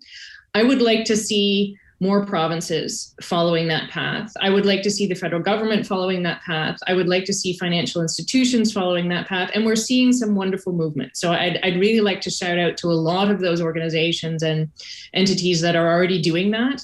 But I would like to see more follow on and more dedication, and not in a tokenistic way, but a recognition that this is an economic growth driver that we need to put capital behind. And it's the governments and it's the financial institutions that have access to that capital, and they need to make that commitment. And as I say, I'm grateful to see that change, but I'd like to see a lot more of it. Shelley, we'll give you last word. Give us our marching orders. You know, I think Rhiannon kind of said it all there. You know, there's probably a couple of things. I'd like to see better intersectional feminism come to bear, right? So how are we really representing 51% of the population, you know, beyond the three of us on the show this morning? So that would be one aspect of it. I think, you know, selfishly, I'd love to see Alberta take women more seriously. And so if we could look a year ahead, you know, some mention of women, you know, on a regular basis would be good. You know, maybe we could see, you know, ourselves in some of the promotional videos that come out. And, you know, I would say at all government levels, and we're seeing this at the federal level, but a shift from us being a social file to us being an economic file. So, you know, how are we really being taken seriously for the economic contribution that we can bring to, you know, Alberta and to Canada? And so that would be my wish. I love it. I'm so grateful for the three of you and the voice that you've brought and the perspectives you've brought. Just quite frankly, as total ass kickers. And I can tell by the way that our audience is responding that your messages are resonating. So to Amanda Hall and Rhiannon Davies and Shelley Keepers, thank you so much for this. Thank you. You bet. Real Talkers, you can let me know what you think about that. That's great. I saw somebody talking and said, yes, intersectionality. We need to talk more about that. That's a great point. And my thanks to our panelists. Let's remind you that we've got our solar panel coming up on Friday at 9 o'clock. If you've got a question already, there's so many puns that you can use. I mean, the solar panel is one, but if you'd like to reflect on a question, of course, Kubi brings us positive reflections. You might get charged up about it. Might get charged up about it. Very well done, Sam. I was going to say you may have shed some light on the issue. Shed some light on something. I was going to say you may have something like a burning question, but I think that the team at Kubi probably wouldn't want. You know, they use certified installers, so nothing starts on fire. That was a bit of a leap, but it's true. No, it worked. Electricians, electrical apprentices. They've also got Tesla certification, which is a big deal. They do solar installations, commercial and residential in BC and Alberta. And every Monday on the show, it's coming up before we say goodbye today, they present Positive Reflections, which is a great way to get your week started off on the right foot. Also want to give a shout out to the team at Clean Air Club. At cleanairclub.ca, you can sign up to have furnace filters delivered right to your door. Why not take that off your to-do list? You let them know the size you need. They basically, there they are at your house, and then all of a sudden, bing, bang, boom, your family breathes easier, you save money, and you're the hero, thanks to cleanairclub.ca. It is International Women's Day, and we're keeping an eye on our Real Talk RJ hashtag. We're asking, who is it that inspires you? Who are you celebrating today? Who are you going to raise hell on behalf of? And I love this from Luciana, who says, my Aunt Lily. She became a midwife in 1930s Argentina at 32 years of age so she could flee an unhappy marriage. Luciana says, thank you to her example, I graduated university as a mature student in Canada in a different language. Absolutely amazing. Look at this. This is Luciana and her Aunt Lily. Sam, can we take a look at this? I love this photo. Look at this. That just looks like look at those smiles. Doesn't that make you? It makes you smile. This is fantastic. It makes me smile so much. Complete strangers to us. Absolutely. But you can tell. Look at that admiration in that photo. That's absolutely beautiful. With apologies to folks that are listening to us on the podcast. Take our word for it. An amazing connection there. Let's get to our next guest. She, she sees things around her that need to be changed, and she changes them. She's a change maker. She's the founder of No Woman Without. You can check it out at nowomanwithout.com. They've just launched their 2021 campaign. It's a real pleasure on International Women's Day to welcome to the program Scarlet Bjornson. Scarlet, good morning. Hi, Ryan. How are you doing this morning? I'm doing all right, thank you. No Woman Without. There's an amazing story behind this for people that maybe aren't familiar with it. How did this get going? So they were leaving dinner one evening with friends, and there was a woman who was asking for change. She was experiencing homelessness, and I asked her what she needed the change for, and I was going to give it anyway, but for whatever reason, I needed to ask. And she said, truthfully, I'd like a sandwich or some alcohol. And she said, but I need to buy tampons.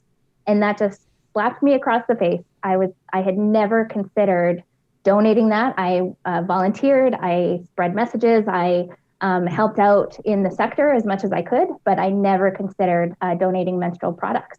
And so I couldn't let it go, and I had to put work into it. And then here we are 4 years later, and it's our fourth drive, and we're just getting started. Like, we're just really starting to work really hard on changing the access to this product in the community. But there's, Scarlet, there's things that'll happen to people. They'll have an interaction with another human being. Someone will say something that resonates with you, and then maybe they go, I was gonna give them the change in my pocket, but instead I gave them a 20. You founded a nonprofit. Obviously, there was something that she said to you, or something about that interaction that you just couldn't leave there, that you didn't absolve your conscience was not okay with just donating cash at the time. What do you think it was? I mean, did it hook something in you? I mean, that had maybe been there, or this awareness? Oh, there's so many things that came from it. It was thinking about, not one of us have asked for our period. Like, not one of us, people who experience our period, we don't go to the doctor at 12 and say, hey, I would like this to start for me. So that was one thing. Another thing is, why would we let something that affects 7.5 billion people on this planet affect like how we operate through our day? So because every single person on the planet is here because somebody experienced menstruation, why are we not celebrating this? And so I founded a nonprofit, but I think that's just who I am. I can't let things go. I have to push forward. I have to follow things through and see that change happen, or I can't sleep. You've done amazing work in your day job as well, and I'd love to provide an opportunity to talk about this for people experiencing homelessness, or as we've come to understand, maybe houselessness is the phrase to use. On International Women's Day, and as part of this conversation, is there a gender angle on issues facing houseless citizens, Canadians? I mean, have you is Am I stretching too far to try to find an angle here, or are there a whole bunch? Oh, there's several. Like your previous panel, you talk about the wage gap. There are so many ways that women have to work extra hard to climb out of poverty, to live sustainable lives in the community. And so wage gap, access to menstrual products, just who's getting hired in the workforce. Man, that's such a giant conversation. And you see it. So when you have, back to your conversation with the panel, how, women do carry most of the parental mind ownership, these are things that are always on our minds, things that we carry with us into every day. And so, oh man, you could talk about that for hours and hours. What have you learned? You mentioned this is your fourth campaign, so into the fourth year of No Woman Without. Have you had epiphanies along the way? What would you say you've most learned, or what's really reiterated itself to you through the first 3 years? So for me, it's the awareness. It's the awareness in the community, and it's that the conversation. People are really here for having these conversations for issues that affect women, and it's powerful to see. It's amazing to watch that moment where you change somebody's mind, where you see that like spark go off in their eyes. That's a beautiful moment, and I appreciate every single time I get to see that. But the other piece is we need to affect the policy. We need to affect the change in the community. It's nice to have organizations like ours. There's organizations all over the country that work to end period poverty. It's not just us. We're not the only ones having the conversation. But the community is here for it. And how do we support women in any workforce, in any where they're at in their lives? And so I think just those conversations getting much louder than they've ever been. It's hopeful, and we're excited to see what can happen in the community for, not just our purposes, but for all of the other things. I have so much respect and admiration for the women that were on your panel just now. Wow. Well, they'd probably say the same thing about you, Scarlett. I would imagine that, through the course, there's the running the nonprofit side of it. And I would imagine that you work to, find partnerships and everything that goes with it, all the, the non-glamorous stuff behind the scenes of building this up and working and hustling and making it happen. But there's also the front line where I would imagine you've probably forged some pretty incredible friendships and probably met some pretty remarkable people. In the context of today, who do you think of today? Oh, today I think of maybe almost every single woman I've ever met, and that's just being honest. I think about any woman who has, stood up against a violent partner. I think about any woman who has stood at a table and said, actually, listen to me. Actually, I have something to say. So anybody who has fought against any kind of sexism, but right now I work with phenomenal people. Like, so at Bissell Center, that's my full-time job. I work with some of the most incredible women that I could tear up just knowing their passion for the community and their love for people that they don't even know. It's remarkable to see. It's incredible to be a part of it. So anybody that I work with at Bissell Center, my love, and all of the other agencies, my love is going out to you today. Superheroes, like rock stars.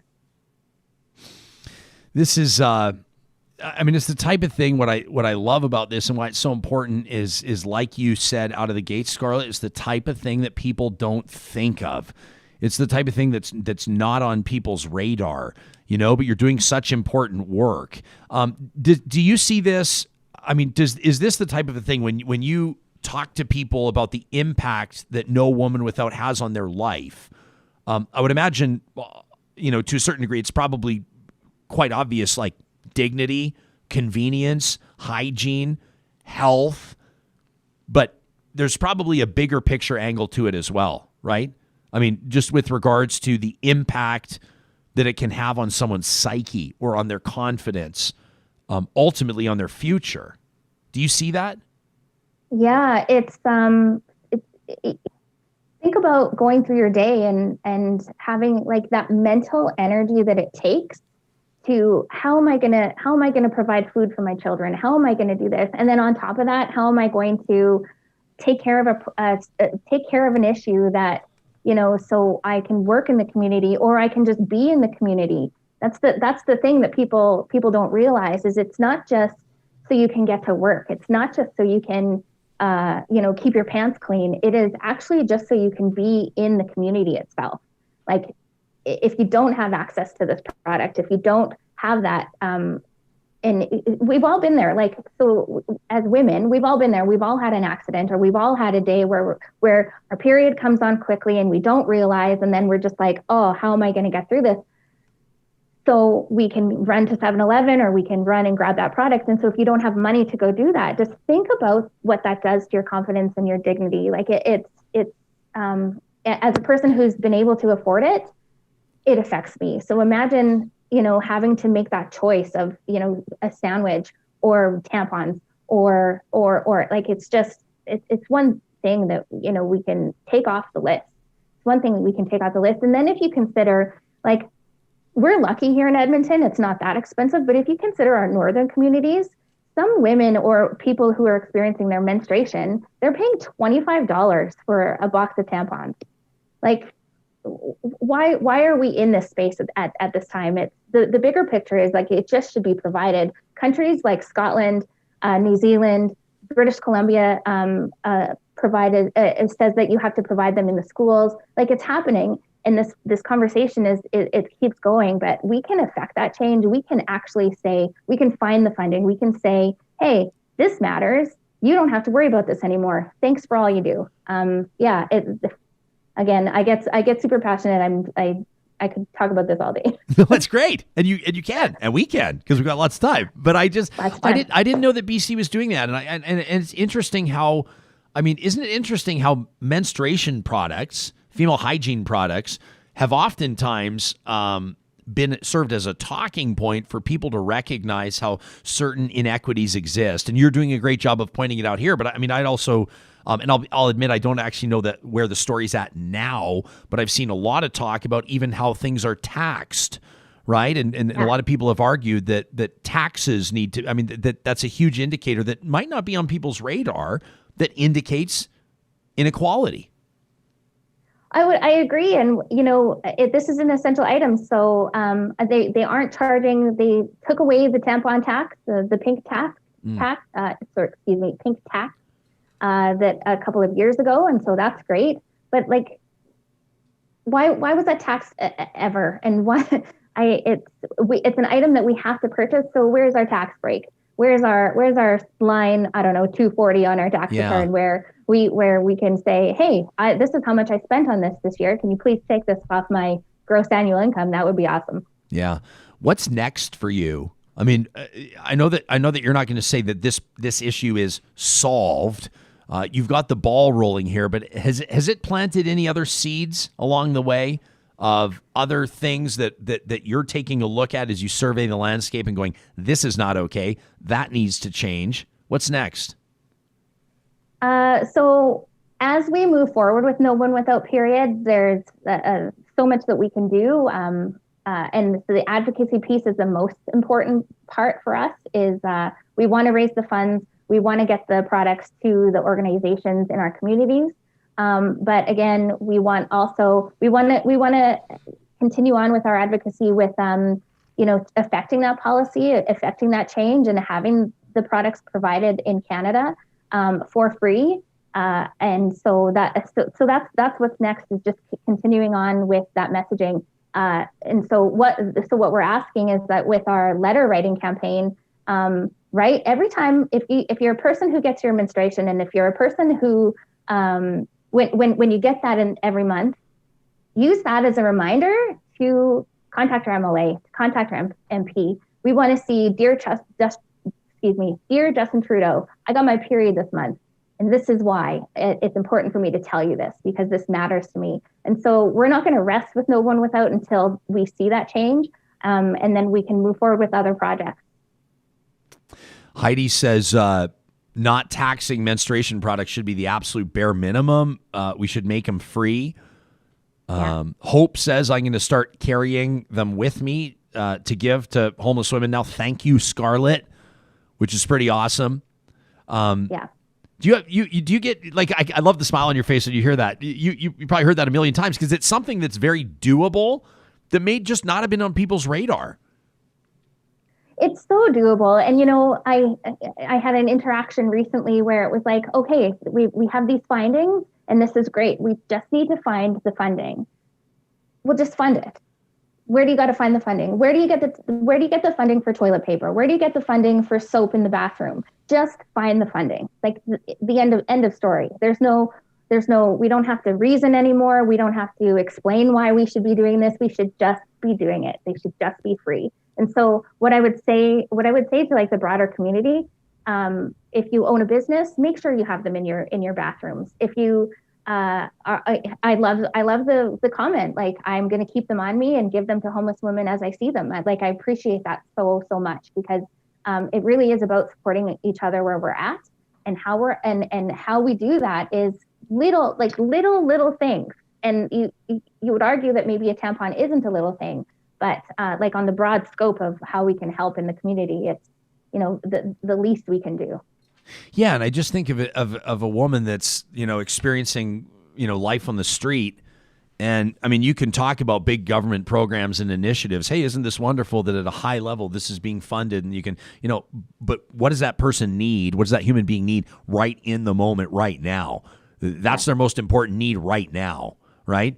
Kimberly says, anytime I'm picking up tampons, I usually buy 2 boxes. I leave one in the food bank box at the front of the store. Of course they would be required, says Kimberly. Barbara says, Scarlet, you're awesome and caring. I mean, who else would think of this very personal need for women, no matter where their lives are at any given moment? That from Barbara.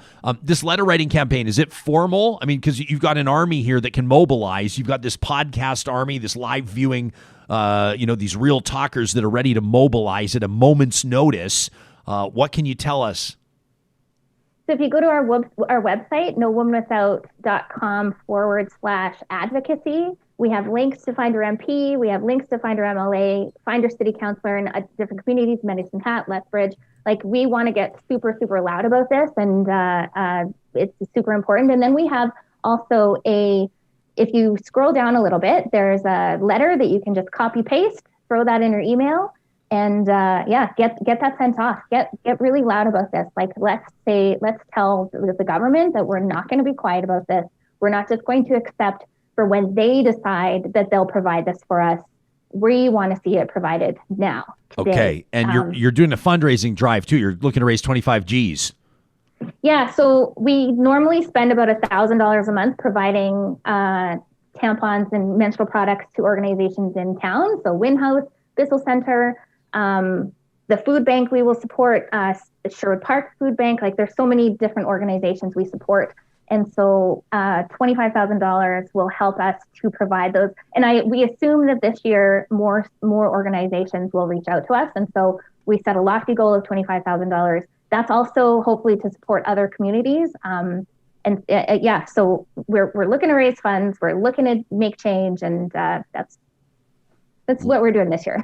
What a beauty. Love it. NoWomanWithout.com. Scarlet Bjornson, a change maker in her community. Thank you so much for putting this on many of our radar and for the advocacy work that you're doing. It's remarkable, Scarlet, and happy International Women's Day to you.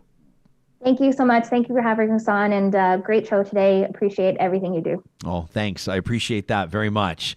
Again, NoWomanWithout.com. What a cool angle. It's really neat for me sometimes to see real talkers, especially on our live chat, just pick this up and take it and go with it. Little joke for people in the Slave Lake part of the province of Alberta. Crazy James says, you can find my MLA. Wow, nobody can find Pat Rain. I'm absolutely going to get on this. That from Crazy James. Nice little Alberta politics joke there from Crazy James. Congratulations. The team at Local Waste for more than a quarter century have been owned and operating locally, going up against the big, faceless garbage giants, and they love to talk trash. They want your business. It doesn't matter if it's a small mom and pop shop, or maybe you're running a big hotel or a shopping mall, whatever the case is, big grocery store maybe. Local Waste wants to find a solution that's perfect for you all across that waste management spectrum, including recycling solutions. You can find them online at localwaste.com. localwaste.ca. And a quick reminder, the team at Local Waste proud to present Trash Talk, which was so rowdy this past Friday, Sam, that we had it flagged on YouTube. It was we did. We were back in the penalty box for a bit. We were back in the penalty box for a little bit, which is actually a great marketing tool for us. Trash Talk, right? Buckle up, and you may wind up in the penalty box. Presented by the team at Local Waste at localwaste.ca. The team at Eden Landscaping is ready to embrace spring big time, and they know for a fact that you have big dreams for your back or front yard space, don't you? I mean, if you didn't have to do all the grunt work yourself, maybe you have a picture, a general or even a vague picture of what it might look like. Well, they're the experts in not just the design, but the construction too. Whether it's a gazebo or if you want to be fancy like Sam and get a pergola or a pergola, if you want to be fancy like Sam, whether it's a swim spa or maybe one of those interlocking brick patios, whatever your dream is, Eden Landscaping can make it happen. Check them out online at landscapeedmonton.ca. And a big shout out to the team at McBain Camera. We're thrilled to have them on board as a Real Talk builder. They've been serving Alberta's photographers, that entire community, since 1949. And they're here to help you create beautiful images with exceptional gear like the Panasonic DC G9 camera. This camera is built for speed. It can lock focus in a fraction of a second, shoot up to 20 frames per second in AFC, and it has that 5-axis image stabilization, helps you get tack-sharp photos when shooting handheld. When you go to McBainCamera.com right now and order a Panasonic G9, make sure you enter the promo code REALTALK, just one word, and you'll receive a free spare battery. The promo code REALTALK with the Panasonic G9 at McBainCamera.com. If you ever want to see Samuel G. Brooks get super excited, talk to him about free spare camera batteries. I've never seen the guy's eyes light up. I have I want to say, because I have 3 cameras that all use the same battery, and I think in total I have about 10 batteries now. Yeah. You can never have enough. You can never have enough. You can never have enough. Are you the guy, you probably always, I know you, I already know the answer to this question.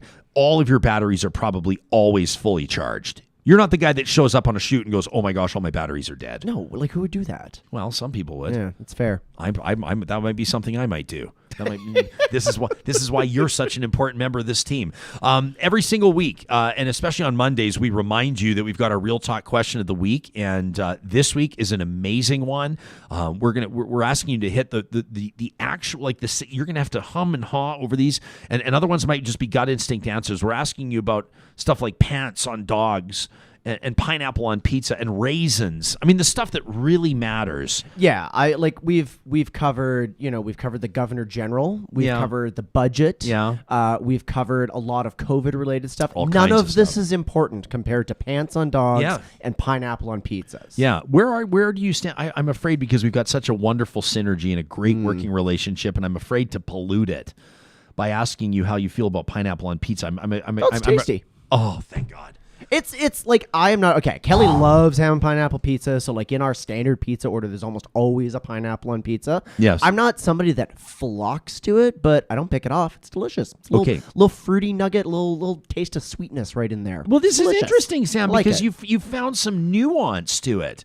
You know, most people are either like hell yeah or hell no, and you're kind of like, you don't flock to it, but if it's there, you'll enjoy it. Yeah. That might be how I might approach, for example, like black olives on pizza. Oh, I love my black olives. Yeah, black olives on pizza, nothing wrong there. Now, we did get serious last week. Can you call up those graphics from our team members at Y Station? They're the official research and strategy partners. So we asked you how you felt about the Alberta budget. You remember 2 weeks ago we asked you to put one together.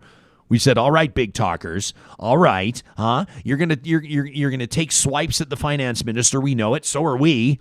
But let's put our money where our mouth is. Let's see if we can put a budget together." And we asked you to find efficiencies and to make those difficult decisions. Well, this past week we had the luxury of being able to look at the budget, and we asked you what you thought about what the Alberta government came up with. Let's take a look at one of the first key findings. Get this. Of the hundreds and hundreds of you that answered our question of the week, 87% of viewers and listeners thought that the budget was not the budget Alberta needs for the issues it's facing. Almost 9 out of 10. Unbelievable. Let's take a look at the next highlight, or maybe low light, depending on how you perceive it. 5% of you 5% of you thought the budget was good for small businesses. 5%. And here's another key finding from the team at Y Station. 82% of listeners thought the budget was only beneficial for the wealthiest Albertans and for large corporations. Wow. Now, generally speaking, you were down on this budget. You didn't love it, generally speaking. Now, it's probably unlikely. This is from the team at Y Station. Their team gets together on Sundays and actually workshops this stuff. It's really remarkable. And a reminder, if you're a Patreon supporter of ours, you automatically get exclusive access to what's called the Top Line Report. Pages and pages of data. Really interesting insights. Now, the team at Y Station says, yeah, it's unlikely for sure that there'd be a budget over the last 10 years that Albertans would have been positive about. It's not been a great 10-year stretch, but this is a particularly tough case. Now, the way people feel about this budget is linked to how people feel about government. So say our pollsters. That is not good. A government with a less turbulent track record, they believe would have fared better in this survey. So you either saw a budget that either cut too deep or didn't do enough to resolve the issues that Alberta's facing. 3% of respondents, 3% thought it was a good budget. 79% said it was bad. 18% said they didn't have an opinion on it. So 1 in 5 approximately said, well, we don't necessarily have an opinion on it. There is that sense, as you saw there, that the budget deeply benefits large corporations and the wealthy, and small business did not get a leg up. So said you, Real Talkers. And there's an interesting trend among the commenters that felt the budget was not doing enough to support the economic participation of women in a COVID or post-COVID economy. And that's something that we touched on earlier. How did people feel about new taxes? This is an interesting one. When asked, the government was right. We make you a statement. We put a statement in front of you. Then we ask you to disagree, agree, or on a sliding scale, tell us where you are, which can be neutral. The statement, the government was right to introduce no new taxes in the budget. 65% of respondents disagreed with that, while 15% agreed. 15% agreed the government was correct to introduce no new taxes in the budget, which I thought was an interesting point. When you get 65% of people saying that they thought that there was room for new tax in the budget, I mean, we saw that really interesting result last week, Sam, where about 80% said that they would have liked to see some form of a provincial or harmonized sales tax, which was also really interesting. Oh, yeah, for sure. You don't get people asking for new taxes all the time. I think mostly, number one, people want to keep money in their pocket. Number two, I don't think that people trust government to spend their money. Yeah, I just, I think the counter narrative is Albertans just kind of feel like they're at a bit of a breaking point. I mean, there's in economic and policy circles for decades, we've been talking about revenue shortfalls and provincial sales taxes and how we might have, a better tax structure that is a little bit more equitable in Alberta and raises revenue in a way that resource revenue can't. And I guess my observation is, that conversation has now shifted from the nerds who think about this all the time to the general public to say, this is a real problem and our government seems to be unbelievably blind to it. Yeah, I was showing you this. I found this old reporter's notebook of mine, and the last time that I used this, I was covering the Alberta budget about 13 years ago, about 12 years ago. And so this is my reporter budget from when I was doing live TV hits. And it's quite funny, as a matter of fact, because I have some of the questions that I was asking some of the players, including Dr. Lyle Oberg at the time, who was taking questions on that budget. And I said to him, these are some of my notes here. And you and I were laughing about this. Laughing so we don't cry, maybe, but we were laughing about this. This is from 13 years ago. Here are my reporter notes. I would have asked him this in a live TV interview from the Rotunda, the Alberta legislature. Of note, Minister, you're forecasting it's not funny. You're forecasting a drop in resource revenue, which you expect will drop Alberta's surplus down to $2.2 billion. 3 years from now, you're forecasting a drop in Alberta's surplus to just $925 million. Does this serve as a rude awakening? That was my question on budget day.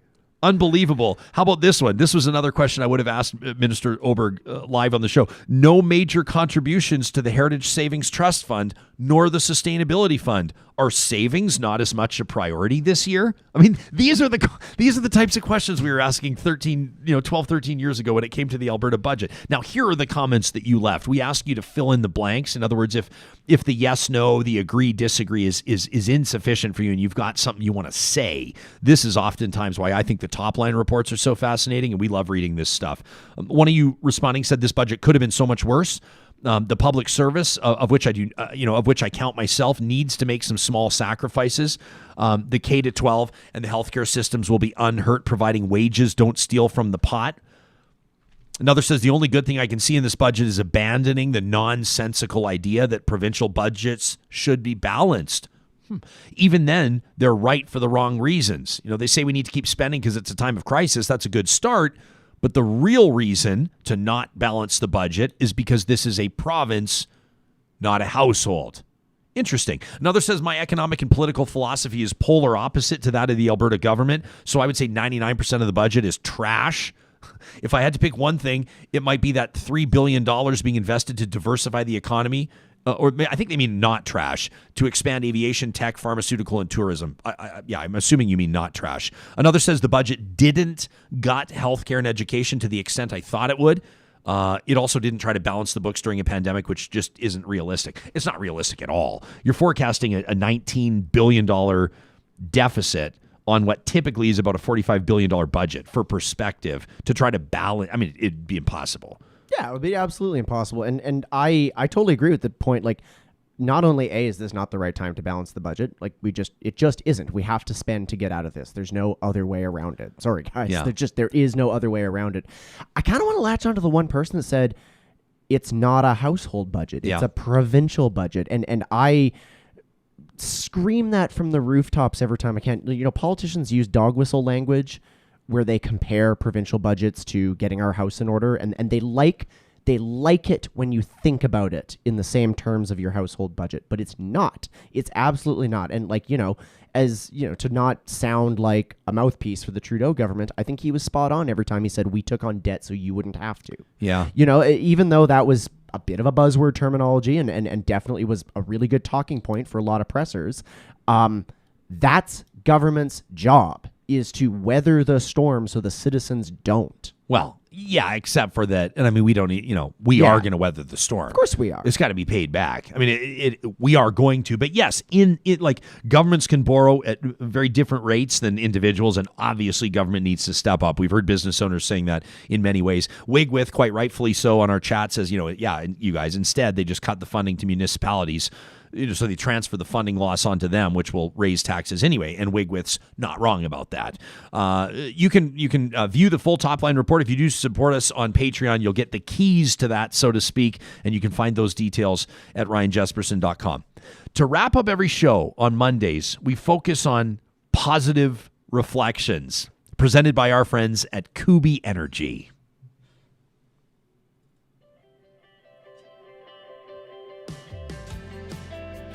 Now, for those of you that are listening on our podcast, we're so grateful that you do. We're going to need you to check out this. It's why we set the file apart. Sam posts a very special standalone file, Positive Reflections, on our YouTube channel. Now, why is it important that we have the visuals? Because it allows us to share photos of snow sculptures, like this beautiful, beautiful image submitted by Lisa. Look at this. Lisa says, this is so cool. Isn't this so cool? I love this one, yeah. Lisa says these are snow sculptures in my neighborhood, celebrating the Flying Canoe Festival this past week. It looks like they just built it on like the bench on a ball diamond. Yeah, the park, exactly. She says they were so popular on Twitter, I thought that real talkers might enjoy them too. So Lisa snapped a couple photos, and sent them to us at talk@ryanjesperson.com, putting Positive Reflections in the subject line. I love it. There's a guy that lives relatively close to us, and oftentimes he'll do these snow sculptures. He did a water buffalo the other day. What? Like life-size water buffalo. It was like 7 feet tall. It was massive. Unbelievable. And then that was right before we got that warm weather. We walked by and went, no! Like I was about to say, is like I walk Sophie through your neighborhood sometimes, and I haven't seen that yet. Now I want to go hunting for it. Yeah, it's just absolutely beautiful work. And I think maybe that's part of it. As the sculptor, you have to be okay with it just, when it's gone, it's gone. Not there forever. Okay, Sam, can you call up the photo of Wyatt's first fish? Oh, you mean this one? I had been talking. Yeah, look at this. Okay, so this is. I mean, we just absolutely love Slave Lake. We were up there. This was a while ago. This is Wyatt's first walleye. Don't at me. I know I should have flared out the fin. It's not the greatest photo on Dad's part. I blew it. But this photo, we were talking about it a while back when I was telling you how much I absolutely love that region, how much our family loves that region. Well, in me talking about this photo, it prompted Marilyn to reach out to the show. Marilyn shared this photo with us. Now, first of all, it has a real Norman Rockwell feel to it, doesn't it? I mean, this to me is the type of photo that needs to be painted. She said, Ryan, when you described that photo of Wyatt and his first fish, it reminded me of a wonderful moment between a father and son I caught on my cell phone. She says, we were in Weymouth, Dorset, England, back in 2018, and I was dashing from a car park along the seafront. She says, now, it wasn't until later, as I was sitting down over coffee, I checked my camera. I was thrilled with the moment I had captured, neither father nor son knowing I had taken their photo. She says, to this day, I wish I could have found them to share the image with them. She says, regardless, I wanted to share it with real talkers. The matching hats is the best part. Isn't that amazing? I love this photo. I can hear that spin caster going, Yeah. just and then bloop. I mean, just what a beautiful... Can you imagine if in some wild way that photo finds its way to father and son because it's posted here on Positive Reflections on Real Talk's YouTube channel? Hey, man, we do our part. If it's you, reach out to us. Talk at RyanJesperson.com. Maybe we can connect you with the photographer, Marilyn. Thanks to everybody that submits their positive reflections. It does this to us. It makes us smile until our faces hurt. Happy International Women's Day. We'll talk to you tomorrow at 8:30 Mountain Time.